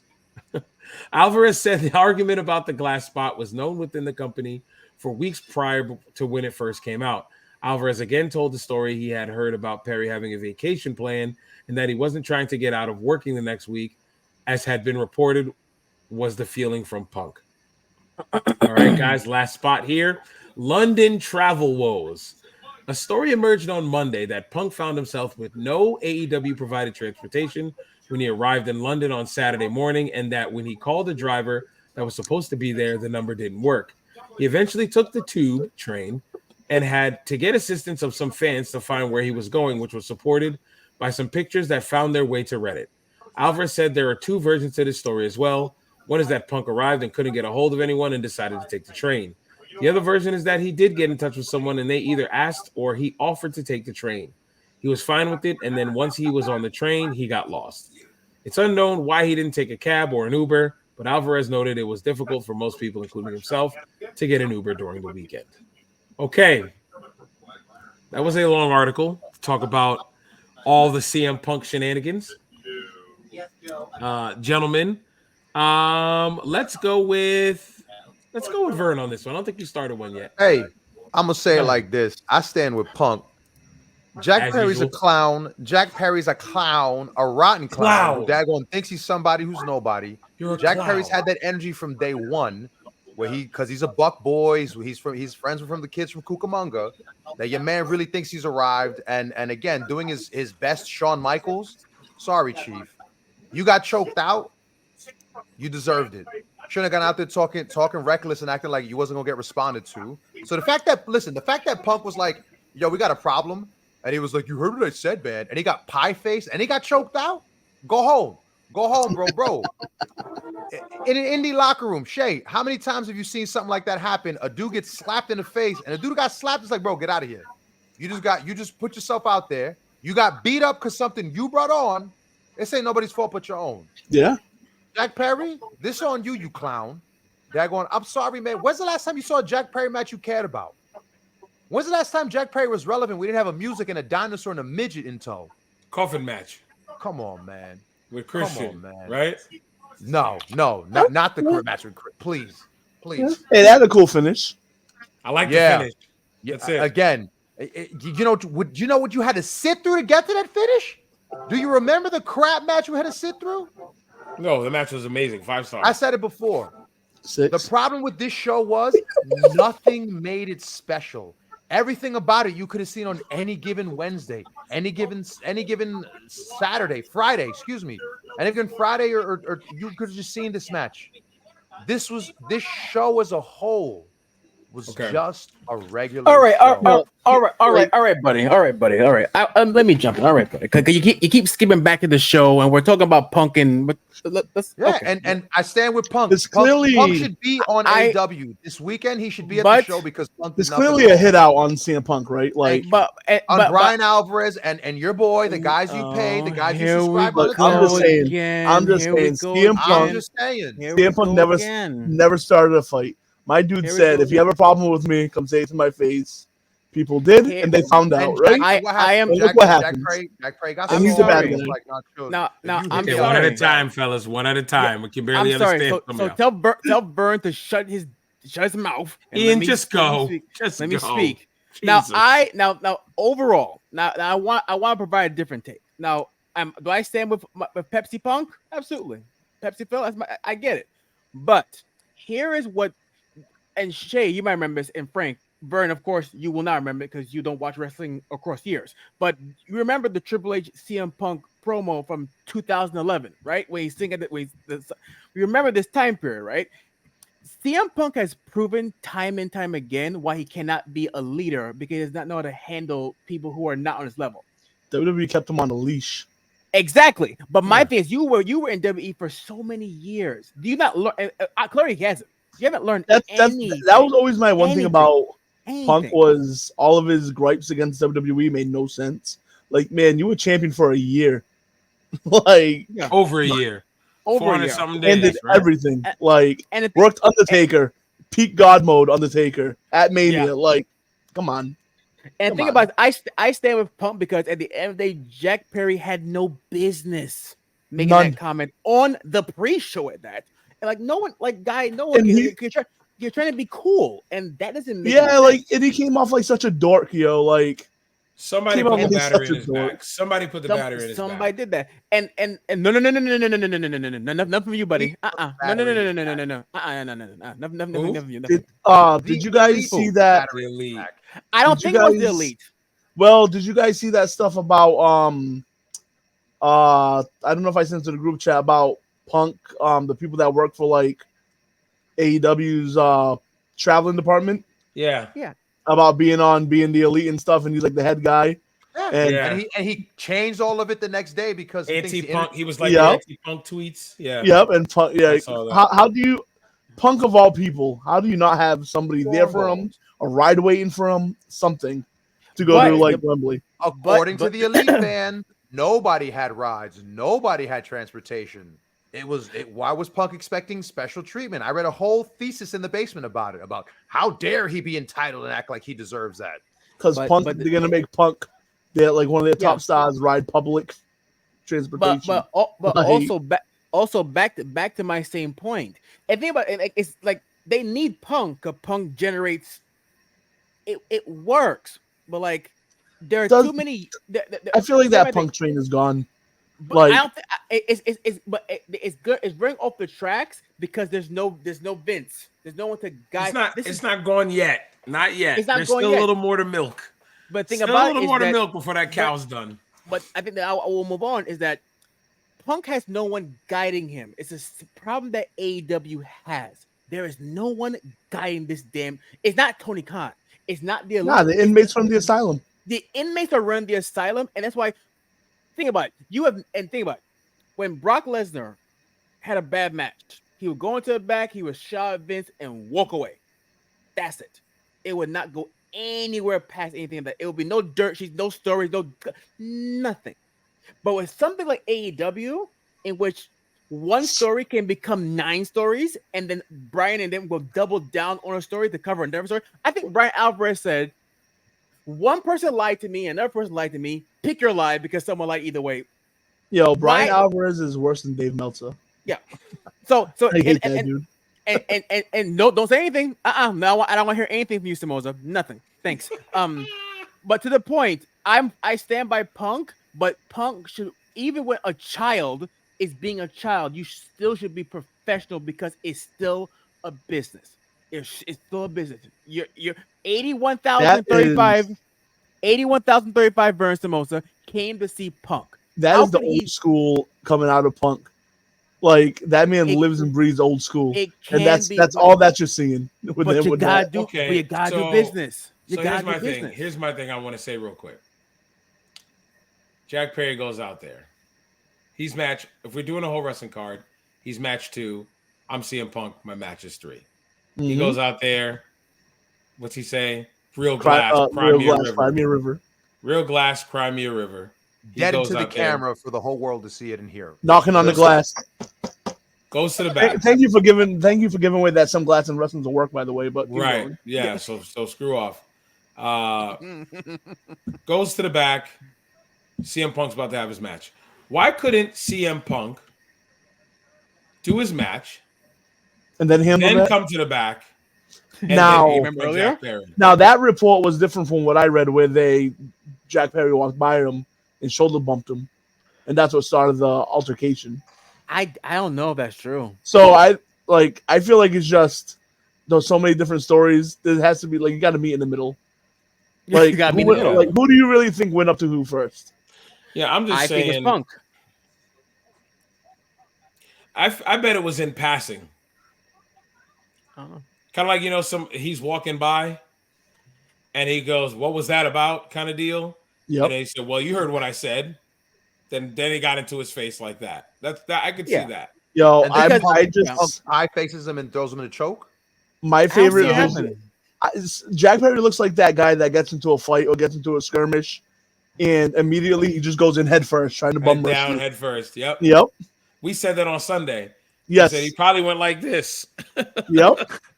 And Punk front chancery. Cut it out. Whatever video there is, if there is video of this, I want to see these monitors falling on Tony Khan, and I want to see his reaction. I feel like that part is so freaking exaggerated. But that's the part of the story that's crazy, right? If allegedly TK's that close, and he just lets it happen. And apparently that they had Hold on. They had an argument in the locker room. Hold on. Say. You said he just let it happen. What is Tony Khan gonna do? He's not gonna say, "Yo, I need to cut it out." He's not gonna. The thought that Tony Khan doesn't raise his voice, doesn't yell, doesn't call anyone's attention, but just sits there and goes, "Whoop, monitors!" And just let fall under monitors. Do you think he's that kind of person? It doesn't matter. It doesn't matter if he's that kind of person or not. He has no backbone, the position that he's in. Okay. That position that he's in. Hold on. Stop. I'm gonna blow your mind right now. Do you remember our store manager at Sports Authority when we used to work there? Which one? The dude, not the girls. Oh, okay. The dude manager. Yeah, I don't remember his name. You remember the dude? I can't remember his name, but yeah. Do you remember how spineless he was? Oh, 100%. And he was in a position of power, and he was spineless. But it didn't make it any better. It was still wrong. But would he ever confront people? when people did anything wrong in the store? No. And what happened? We did whatever the hell we wanted in that store. Literally whatever the hell we wanted. That's the same kind of management TK has. He's not going to say nothing. But what I'm saying is that it doesn't make it right. What I'm saying is it doesn't make it right. I'm in agreement with you. I'm in agreement with you. But I'm saying you're expecting something out of Tony that is not going to happen. He's not going to intervene or do anything. It's too late. Like that. It's too late. And that's it. Like but that's what I mean. Dude, the fight happened right in front of him. In front of him. And he said disrespect. Nothing. To allow your employee to speak bad about people that are in a position of power in your company at the Brawl Out a year ago, and now you're going ahead at your biggest pay-per-view for the company, and that's one of the biggest stories coming out of it is the CM Punk nonsense. That man it happened in front of you. That's a boss. That man was definitely like, hey, guys, hey, guys. That was it. Hey, thanks, guys. And do you remember what he did? Calm down, guys. We good. Do you remember what he did on television when he did the MJF spot with Adam Cole? Remember when he yelled at him in the back room? That's character, brother. That's all character, Mr. Yeah, Khan? like Vince. How sad is that? How sad is that? Him having a backbone's a character. The real human being just sat there and said, "Do you think they're gonna fight for real?" Yeah. He probably did one of these. Like looking around, is somebody gonna come stop this? I don't want to have to be the one to stop this, dude. And that'll never come out of Tony. The biggest shock of the show was what? The fact that no one's talking about the show. Everyone's talking about the Brawl Out. But they weren't. They weren't going to talk about the show. And that FTR Bucks match? Who cares? My favorite thing is how like WCW, right? They like that's of WCW sound bites was things like Tony Schiavone saying switch the channel, right? That's when put butts in the seats. Now potentially like for the downfall, like if it ever happens of AEW, you have a soundbite of Jack Perry knocking on the glass, saying "Cry Me a River." You have all these sound bites like that you can just bring back. AEW is a walking. We're literally watching Dark Side of the Ring happen before our very eyes. Like we're watching all the episodes happen. We're getting sneak previews of it all. Dark Side of AEW. It's going to be a whole year-long documentary. Okay, before we continue on, I just wanted to point something out to you guys. So this pay-per-view had 11 matches. 1, 2, 3 of them were singles matches. The other 8 included 3 or more people in the match. For 3 matches I'm sorry. 1, 2, 3, 4, 5. For 5 matches in a row. 1, 2. Oh, sorry. There was 4 out of 11. I'm sorry. For 5 matches in a row, we got multi-man matches. For over an hour of actual wrestling, an hour and a half almost, an hour and 24 minutes, we saw Bullet Club Gold and the Golden Elite. We saw FTR and the Young Bucks that you just mentioned. We saw the Stadium Stampede match. Then we saw the Women's 4-Way, and then we saw the Coffin match. It was CM Punk and Joe. Then all of that multi-man nonsense. And then we got Will Ospreay and Chris Jericho. Do you think there was any other way they could have put this show together to not have that happen? Or they were porked no matter what with all the multi-man matches that they had?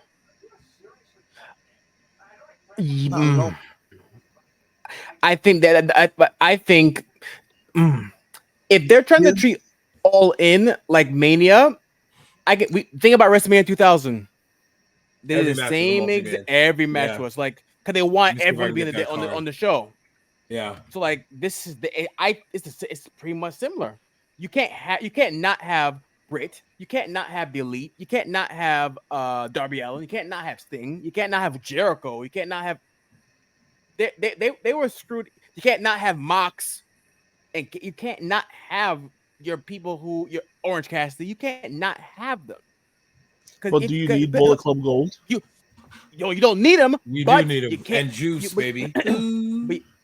But you can't not have. Because think about it, you can't not have the people who you recently signed, who are friends of other people who are in control, who say, "Hey, I know Jay White's my friend. You can't not put Jay White. Hey, he's my friend. You can't not think about Sammy Guevara. That's sad. Like you can, hey, Jericho, you can't not have Sammy Guevara. Vern, now so me and Vern can agree on this for once. Vern, the coffin match in which Nick Wayne comes out randomly to get choke slammed on in gear.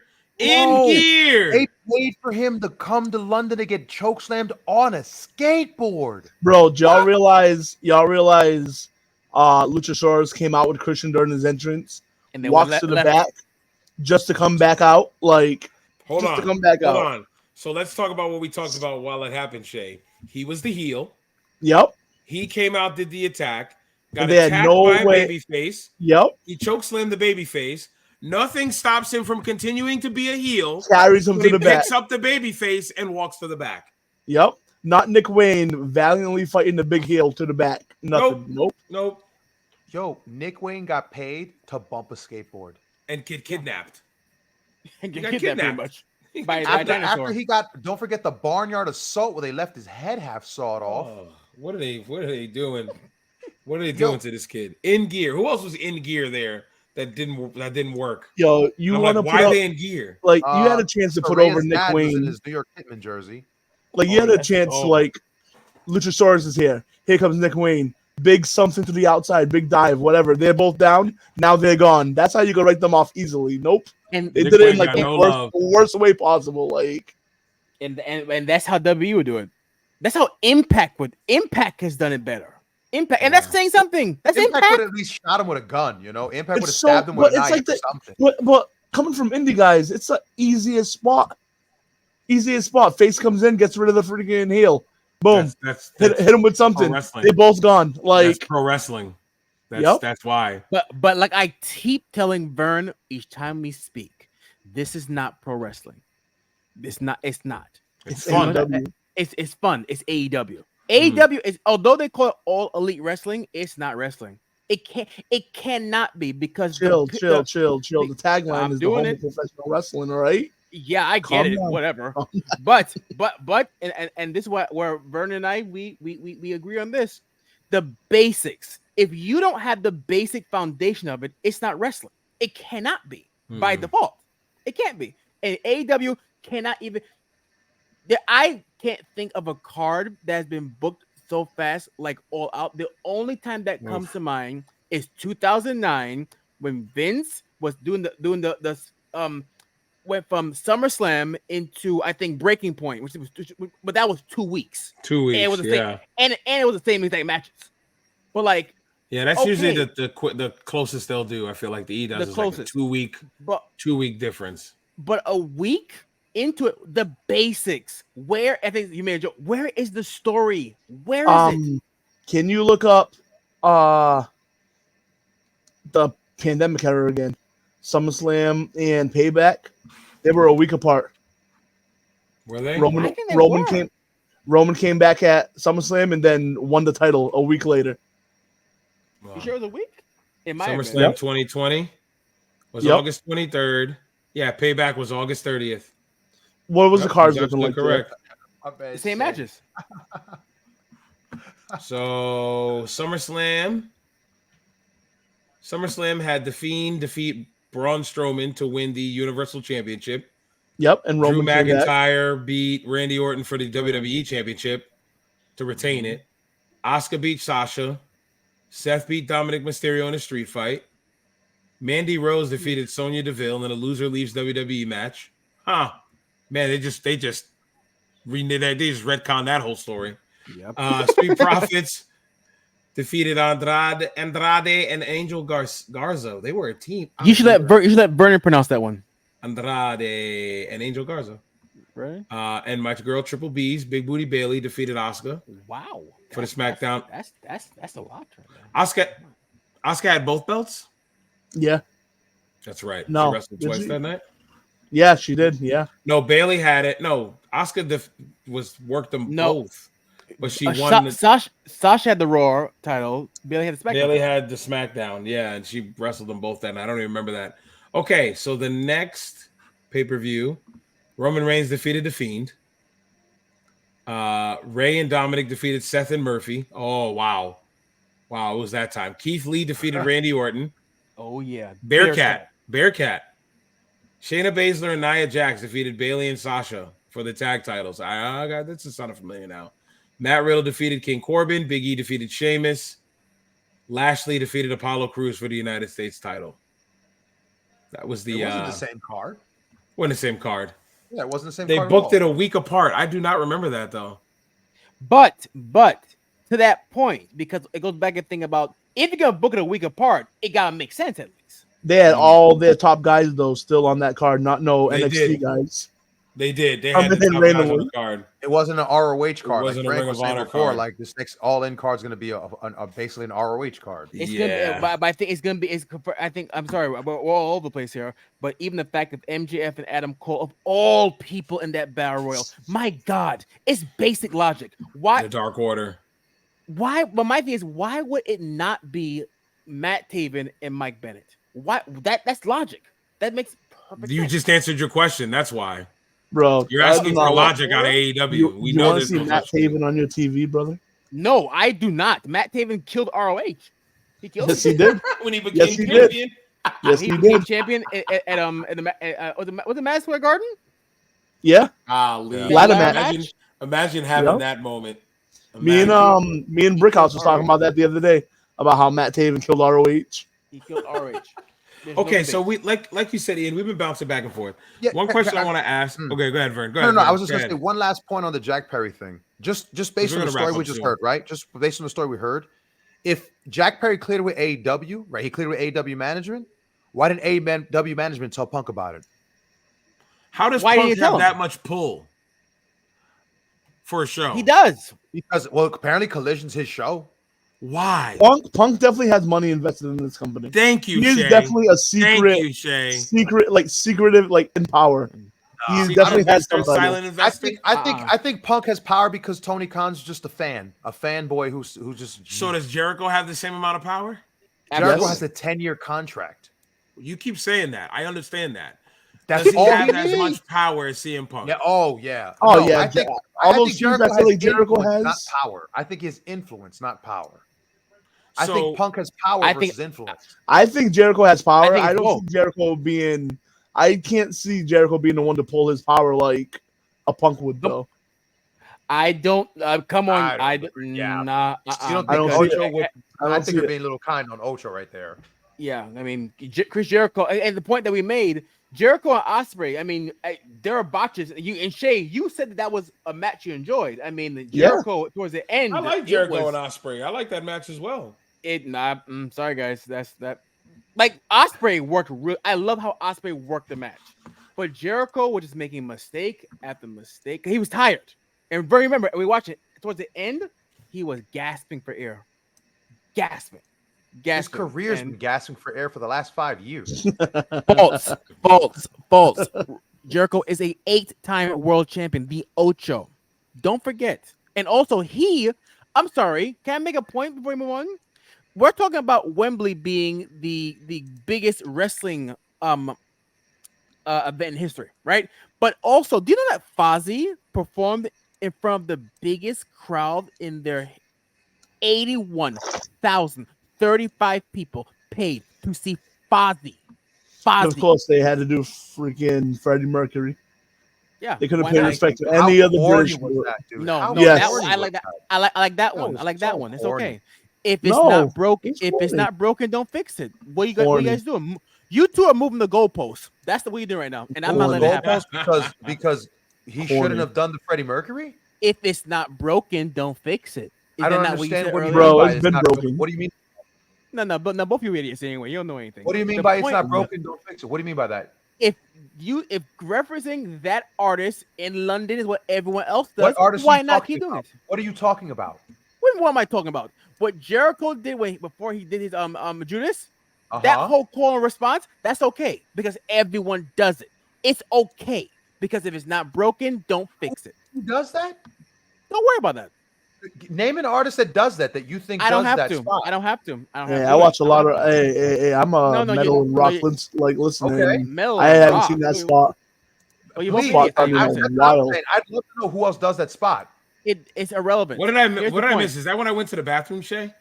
Yeah. No, what happened? You did the whole. Hey, Yeah, what's his name? Yeah. Freddie Mercury from Live Aid, famously from Live Aid. Did I know that. I know that. I know that. Okay, Jericho did the same thing, and Ian over here. Same exact every thing. artist does that. Same exact thing. okay. Ended it with the all right, everything corny. Really? Yeah, but let me tell corny. you something. Literally cosplayed as him, Corny. except wearing the gear. And also, I'm sorry. Are you? No. Don't You're walk not away artist. from that. I'm Who not else walking does it? away. It doesn't matter who else does Right, it. 'cause In no one does. Like, worldwide, AEW fan, you're making a point with no facts. oh Okay. no. we go. Worldwide, if it happens, other parts of the world, it's okay. Why? Because if it's not broken, Corny. don't fix it. Don't move the He was goalposts. being a. He was being bro. a. Don't be a Frank, mark this down. Don't- And we have a real life don't double. call on our hands. Frank. He's sitting Don't- here. don't- Was that don't a- call was him that Frank. an My N-word? dude was that like, an "Oh, I'm in N-word? Wembley.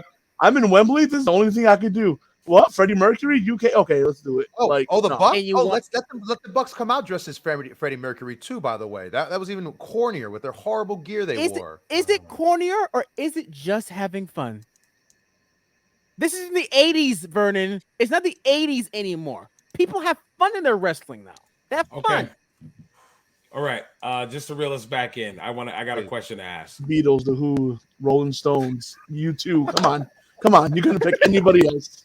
Seriously, he doesn't know any other bands. Go ahead, Frank. Led Zeppelin. Come on. Irrelevant. Back to wrestling. And I'm they not white. and they were playing Radiohead. AEW was playing out of all nah. I'm all set. Shay's hot. All right. Let's go with Shay since he's so pissed off. Shay, your favorite multi-man match? He knows it. Say it. I don't think I had one. Liar. Do you want to hear them? Yes, please. Bullet Club Gold defeated Golden Elite. Bocce. FTR defeated Young Bucks. Team Eddie defeated the BCC. Okay. So when you say when you say multi-man matches, I think of I don't count tag matches for some reason in that because I feel like tag matches are just tag matches. When I hear multi-man matches, we don't have to. I feel like those are 6 men, 8 men. That only takes away 2 matches, brother. I can. That's fine. So Bullet Club Gold defeating Golden Elite. Team Eddie defeating Blackpool Combat Club. Saraya in her match. Then Gunn and the Acclaimed defeating the House. I have to go for the ladies on that one. The story told them. What was yours? What was yours? Now here's where we get started. I want to pick something apart. Whatever you pick. I know you're going to, and I'm okay with it. I can do the same exact thing. What's yours, Ian? Multi-man. Now, my multi-man match, and the reason why, because it is the epitome of AEW, is the Stadium Stampede match. Bocce, mistakes left and right, Penta leaving and coming back like Kane. Who was on the turnbuckles and they slipped off and Ortiz. They went to go do the superplex and he fell and he climbed up mad quick just to go right back to the same spot. Ortiz and what's his face from Best Friends, not Chuck Taylor, but Pro Wrestling. You mess a spot up, you don't go right back to it. Keep going. But the hold best on, part hold was on. his leg was like that far from the barricade. And if you have to go back, and if you really need to get that spot, guess what? You mess up, you work around, and you go right back to it. Circle back. In my defense, the women's match was fine. There was a part that happened, and there you two are saying, Frank and Shay, I guess, are you saying that the women's match was good? Do you enjoy Britt Baker when she was doing her finish, trying to do coochie coo around Hikaru Shida's face? What about it? Oh, while they got the pin behind her? Yeah, when she was trying to get to her mouth, which is pretty much right here. She's like, I don't know. I can't find it. I can't find it. Wait, right here, by the way. Dentist. So if somebody's trying to put their fingers in your mouth, you can't fight it? She wasn't fighting it. Her Shida's head was in place. She wasn't going like this? No. That's not what happened. That's not what happened. Don't do this. We watched the same show. No. But Britt could have gotten to her mouth. It wasn't that far away. It was literally right here. So that was worse than having somebody just smack a whole bundle of sticks into your forehead. But that's expected in that match. You're expecting chaos. You're expecting botches. You're expecting. I'm expecting him to untie. I'm not expecting trash wrestling on a pay per view. You're watching the wrong show, buddy. Nah, you're watching the wrong show. Nah, if you're gonna do a garbage match, you can do it right. You don't have to have it completely go off the rails You're like that. asking too much from AEW, Shay. Exactly. You're asking for too much. the women's match. I mean, and mind you, Frank, can we go back to the when we made our predictions? Because I'm pretty sure that's what I was going to end with.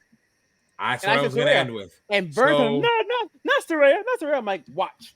Because we had 9 of the 11 matches. We had 9 of the 11 matches that were on that night. As far as you, Ian, you got 1, 2, 3, 4, 5 out of the 9 correct. I'm sorry. I'm just thinking of this now while you look that up. Vern, and it wasn't even that the Stadium Stampede was. It was just boring. Like it was bad. Like, and it wasn't even that. It was like fun to watch.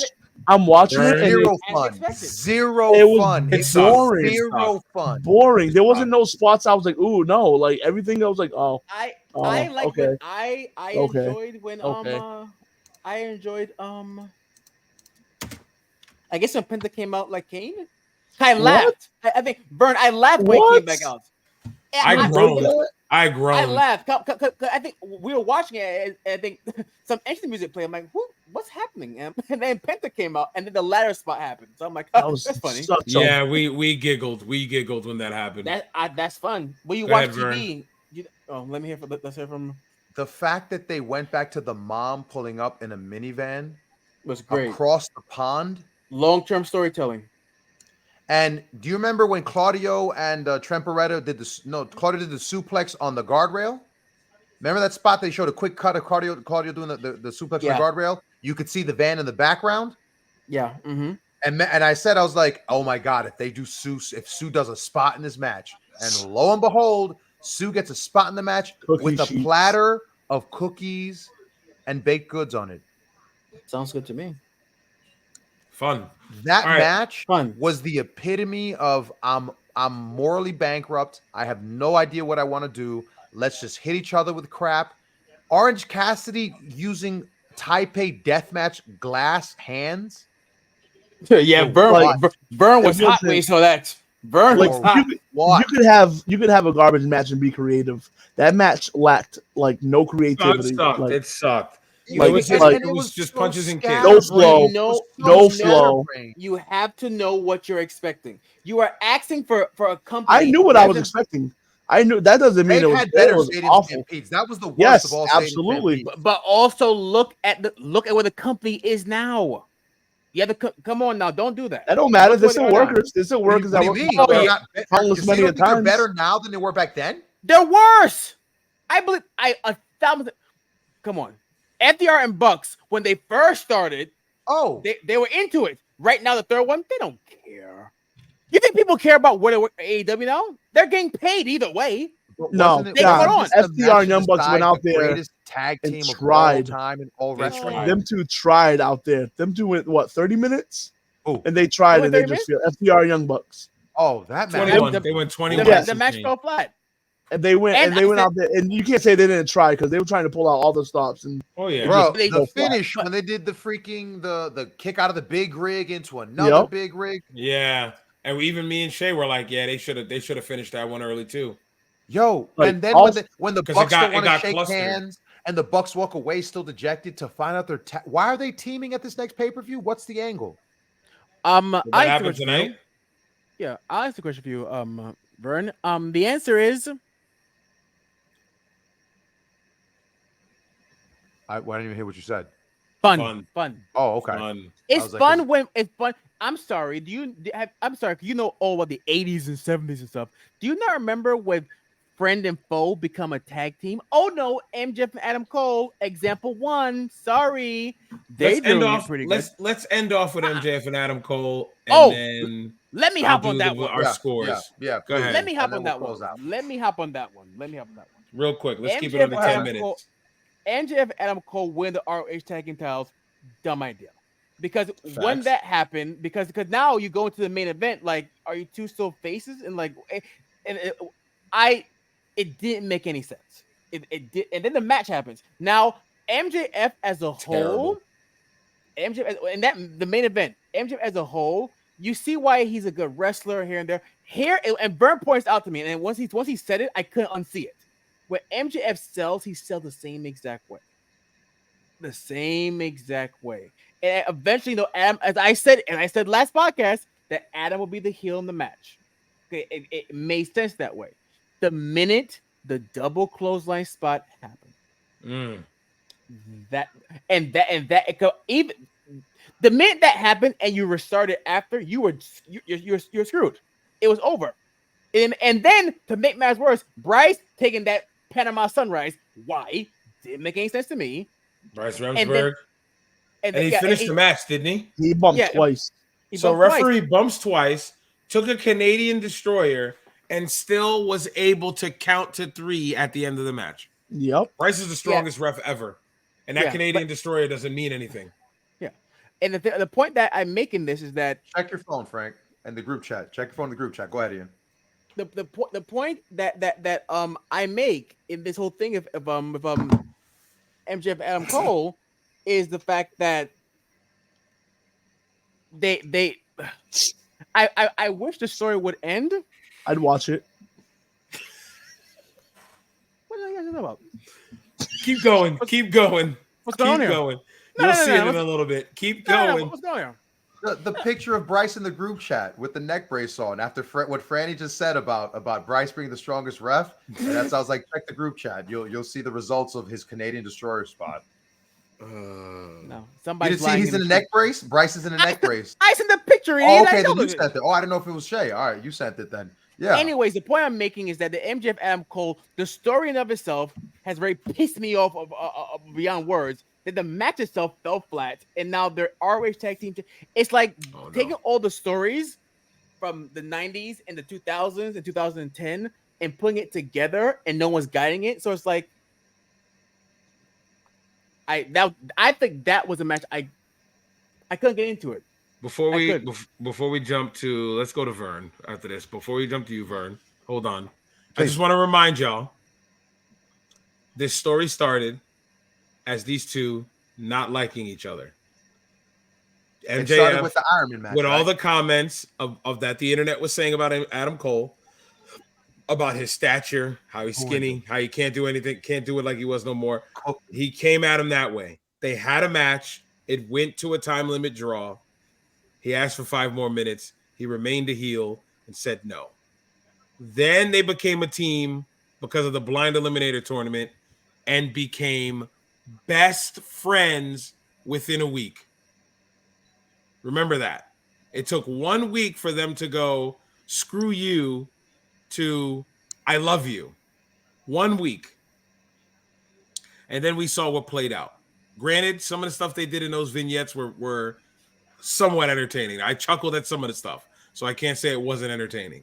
But this is where we got to, and the story that played out in front of 81,035. Thanks, Ian. In front of 81,035 is just not it. It's just not it. Vern, go ahead. I just wanted to point that out. No, I'm gonna say this: if you had a chance to watch the media scrum, it summed it all up. Because when you got to the media scrum and MJF is having a good old time, and then he invites his pal Adam Cole on there, and they just get on there and have a good old time. What is this? What is this? This whole we're best like tonight. Adam Cole cut a promo where my best friend's gonna be there. I'm over it. I'm over your friendship. I'm over the story. Like, this is the weirdest story that refuses to go anywhere, because at the end of the day, that pay-per-view did not progress a single thing. Well, no, what's funny they ended up the same place they were, just with tag. I think that happened for every What's funny is they had the biggest chance. Like, they had it right there in their hands to add some intrigue to the story, especially if you want to book the tag match in the pre-show, whatever. You could use that. You could use the match, and then you could sell out 1 week later. You could build that to another match immediately and add some serious heat to like that program with the betrayal and everything. And they missed the ball on it. If you want, they had the biggest. They're known for hot shotting, so that would have worked for them. Yes, they could have hot shotted right into this conflict for. They could have added some serious. This would have been the rubber match right here. Yeah, they could have added some serious heat in that first tag match. Right, you add some drama right there, and then you amp it up in the main event right there. Now it's reaches to a boiling point. This week, whatever they do on TV, you make the, like you said, the third match at the pay-per-view. They could have had something decent right there, but they missed the ball on it. But instead, we get Roddy Strong and the Kingdom.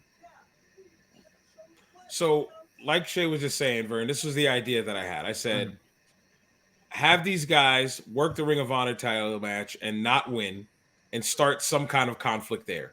A hint of conflict, more than what they were doing. Sure, let it start in the match with some miscommunication that leads into a post-match conflict that tells the story of these guys are going to go into the main event and not get along, because it's pro wrestling, good versus evil. You need conflict. You need it. That's what pro wrestling is. Because like they still could have done the two baby faces thing with one having an edge, right? But no matter what, we did a match like that for the tag belt. Shay, we did that. Yep. So it's possible. How'd you feel about the beginning when they both went to put the shirts on to show that we're a team? Hold on, let me get there. Hold on before we get there. So you have that conflict throughout the show. You have a promo with MJF and a promo with Adam Cole that furthers the conflict. That furthers it. You know, they're conflicted within themselves. There's conflict between them, each other. Tell that story that way. Then when you finally get to the main event, something happens where one of them, preferably Adam Cole, becomes the heel in the match. Outright heel. He tried a little bit, but there was still the reluctance and the hesitation. Too much of it. We needed a definitive heel in that match, and we didn't get it. And I feel like that would have told us such a better story, especially it's your biggest show we've ever had, and most people ever had. You have a thread, right? That's pro wrestling. You have a thread throughout a show, right? This was just match, as many people as possible. Give us a thread throughout the show. If that was your thread, you set it up. It was your opener and it was your finish. Why are those not combined? Those matches meant nothing to each other. Yep, because the end when MJF threw the belt at him. Because you still could have had them be like the babyface, Adam Cole with an edge, right? Boom, boom, boom. They work. They have a serious back and forth match. Finally ends with MJF squeaking out a win, right? Yeah. Boom. You end the show with, you could do the turn right there. Adam Cole just doing a serious beatdown on MJF. He stands tall. MJF is down. He's battered. He's bloodied. Well, he probably would have bled, but still. Bleeding. And then you add that, and then I feel like a week later, you would have had something special. Okay. Mm-hmm. So I said we're going to wrap it up after this one real quick, and then we'll go. I'll do our scores. Yep. Vern, what do they do next for this main event scene between MJF and Adam Cole? We know that the tag match is happening on All Out. After All Out, what's the next thing that happens between this title picture? So I'm gonna say this. I know you don't like the ratings, but they have been getting the highest rated segment consistently every it makes sense. So. But I'm sure MJF is always there. There seems to be a little bit diminishing return as of late. The last couple of weeks have been down a little bit. So I really think they're gonna milk this thing until this cow is spraying dust. Until there's dust coming out of these udders. Because I thought the natural way to end the story would have been at the pay-per-view. Yes. But they literally retconned the story and just added the ROH belts and took us back to square one. Yeah. So I don't know if maybe Tony feels like he found his bloodline angle, right? Maybe this isn't Tony's line. He's like, oh, wait, this is my bloodline. Like, I got the story that, like the bloodline, I could just run this thing and run this thing and run this thing and keep it going. I don't think this is it, man. No. I think that this story was fun. It was fun. The buddy comedy film thing was fun. It was funny. Funny to watch. Yeah. Smart way to turn MJF babyface. Zero reason to want to watch a wrestling match. It made me want to watch them do a made-for-TV movie where a couple of YouTube videos or something. Sure. Yeah. It was content for the sake of content, but when they double close on a guy holding an inflatable crocodile, what about the kangaroo kick? When they slow-mo clothesline at Kowloon House, they slow-mo clothesline the waitress. When they first started hanging out and the four girls come in and MJF goes, hey, man, you want two? I'll get two. And he unzips his pants as he walks away. Even back then, it was like, this isn't an SNL skit. Why does it feel like an SNL skit? Like, this would feel better if at least someone came out and went, hey, everybody, just so glad you could be here tonight. We're going to do a couple of things for you. I would feel much better with that. Yeah. But we don't get that. Too much over the top. We get MJF and him at the media scrum and MJF saying, it's my best friend. I could never do that to him. And doing all that nonsense in character, but then also cussing up a storm and showing you why he's never going to be in the Fed. They'll never be able to use anything of him because everything with him is just right. He gets to drop the F-bomb, so he drops it 1,000 times. He gets to it's just it's too much. He's edgy. He's edgy. That edgy. But he's an edge lord, not edgy. He's an edge lord. He's an edge lord. Yes, the whole I'm a scumbag. You're our scumbag. MJF is turning into Chris Jericho with the catchphrases. No, where every other week, if there's some new catchphrase, he wants to try to move on, and he just introduces it. I'm sure Kangaroo Kick's going to end up on a shirt. I'm sure Double Clothesline's going to end up on a shirt. Double Clothesline's wearing a shirt. What? Double Clothesline's wearing a shirt. It's already a shirt. You didn't know that? No. I don't keep up with the AW. It's already a shirt, buddy. Oh my god. They wore it on TV. Oh my! I clearly don't watch the TV. You didn't know that? No. Let me see. What does it look like? It's in MJF's scarf colors. The Burberry. Hold on, buddy. I got you in a second. Help him out. I'm trying to find it. Let's see. Freaking and then we'll go on home. While we do that, Vern. All right, 1 to 5. What I rate this show? A solid 2. Oh, if you want to rate the show, sure. Oh, what solid? That's 2. Not what I was. That's okay. My bad. That's what you're asking me. If you wanted to rate it, I would have rated it a 0.5. A 0.5. A 0.5 out of 10. Is this a dud? All the multi-man matches killed it for me. Halfway through the show, was I even paying attention? No, I wasn't paying attention halfway through it. It's just another multi-man. I was falling asleep. Frank, I fell asleep. Yeah. Frank at one point fell asleep. At one point, she was falling asleep. I remember that. I'm trying to find a double clothesline. Did y'all think the crowd was as hot as it could have been? Yes, let's talk about that briefly. Comparing, they didn't sound like they were into it. Midway through the show, during all those multi-man matches, they lost the crowd. Here you go, Vern. They lost the crowd. Hold on. Oh Lord. Double clothesline. Lord, that is terrible. $30. All yours. $30 is all yours, Buzz. Sure. So you rated it what, Vern? A 1 out of? You're doing out of 10? Whatever. I was just kidding. Oh, okay. No, this is probably a show I'll never watch again. I'll never go back and watch the show. The fact that the internet saying it's the best AEW show they've ever put on, it's crazy. Ian, best pay-per-view of all time. And a liar. They're lying. Ian, what would you grade this? Is it out of 10 or out of 5? Sure, out of 5. The Punk and Joe match is pretty good. I like Sting on Swerve. I give 1 star. Best spot of the night, 1 star. I was gonna give it 1. I'm telling you, 0.5. Yeah, damn, I rated too high then. Wow. I like Punk Joe. I liked Osprey, Jericho. Osprey and Jericho. I like the women did okay for me, better than I thought. Better than expected. But once I realized where we were and how Shay broke it down, I said, "Oh, Sari's going over," and then it didn't even matter to me. I had fun with the casting match. That's it. FTR Bucks, I was disappointed in. That's what makes me 1. If they had a good match, I might have made it 2. Did you see the scrum about Saraya afterwards when she was like that? Only Tony Khan would have acknowledged her family. Only Tony Khan would have acknowledged her parents. They made a whole movie, yo. They made a movie for him. That's the part that blew my mind at the thing when Saraya was like verbally filleting Tony Khan, and it's like they made a movie about your life because The Rock put money into it. Because Tony Khan let him do it inside of a wrestling ring instead of inside of a big picture screen. Is that why? That doesn't make any sense. And I'm telling you, so if you watch it, she just verbally Tony, my family, and he allowed us to have this. We could have never had this in the other place. And it's like, again, you got a movie. A whole movie. Oops, sorry. Bro, I didn't mean to duck there. Like, Jesus Christ. Like, what is wrong with you? Bro, you got a whole movie. Okay, so that media scrum, Orange Cassidy was the only one who seemed to take it remotely serious, was Orange Cassidy. Yeah, everyone else took it as a big joke. It was a big joke and a big chance to make Tony Khan look like an idiot sitting next to you. Again. All right, so go ahead. I was just gonna say, and Orange Cassidy being so good, it pisses me off that he just like still does that like shtick that he has to like because me and Frank was always a fan of Orange Cassidy. First time I saw Freshly Squeezed, I popped. I was like, now this dude's amazing.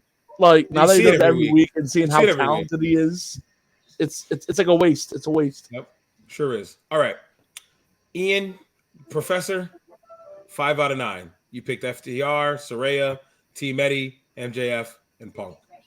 Vern, 4 out of 9. FTR, Darby Allin and Sting, MJF, CM Punk. Myself, 4 out of 9. Darby Allin, Sting, Ospreay, MJF, and Punk. So we all got Aussie Open wrong. Yeah.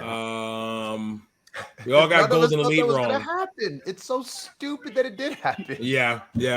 Logic. We put logic to it. Okay. Yeah. All right. Anything else you guys want to say before we head on out of here about all in, brawl out? Anything? I'm all out. CM Punk's the best fighter of our generation. From all in to all set. What'd you say, Shay? CM Punk is the best shoot fighter of our generation. I agree. What happened when he went to UFC though? Wow. Yeah, that's trained fighter, not shoot fighter. All right. Thank you. Thank you. Good point. Good recovery, Shay. Vern, I think it's time to say peace out to our guests. It's been another good one. Almost 3 hours. Oh, you guys do that little thing and do the pencil. Okay. I know you can put them in the back. I know. Okay, bye, Ian. Bye. Seriously. Bye. Shay, what a jerk! What a jerk! For real. We treat him so well. He's so mean to us. What did we do? What did we do? All right. What a jerk, Shay. Yeah. Thanks, buddy. My forehead is shiny. You look Appreciate good. Yeah, very. Oh, he demands re-entry. He demands re-entry. All right, re-entry. Fine. I demand re-entry. Wait. Can you kick me out now? Why? Say something about Jeff Jarrett, Shay. Jeff Hardy's the best. I said say something about Jeff Jarrett, Shay. Why? I'm just gonna go spend time with my baby tonight. Let's go. Shay wins. My days working hard on the go. Oh my Lord. Okay. So bye to Shay. Shay's gone. Seriously this time. Yeah. Professor, appreciate you. Shay, appreciate you as well. Always a good fight. Always fun. This was another good one. So anything you want to say before you head on out?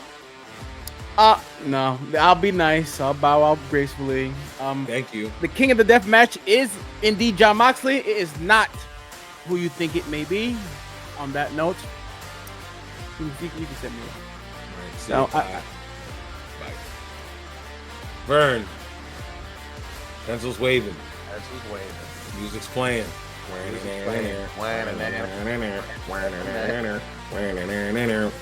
It's time to head on out of here. Almost 3 hours this one. We kept it under 3. Yes. Shay said Tony Storm looked fantastic though. That adds 5 points. And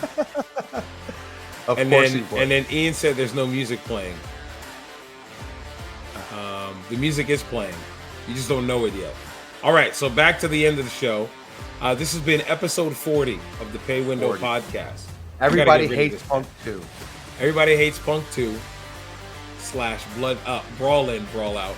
Do you think we'll get a part 3? You probably will. Somebody else is gonna piss a good old Phil off. Then we'll get a part 3. Until we meet again for Brawl Out 3. And CM Punk has to choke someone else out. Yep. All right. So with that being said, this has been another episode, just like we said, episode number 40 of the Pay Window Podcast on the Sandbox Podcast Network.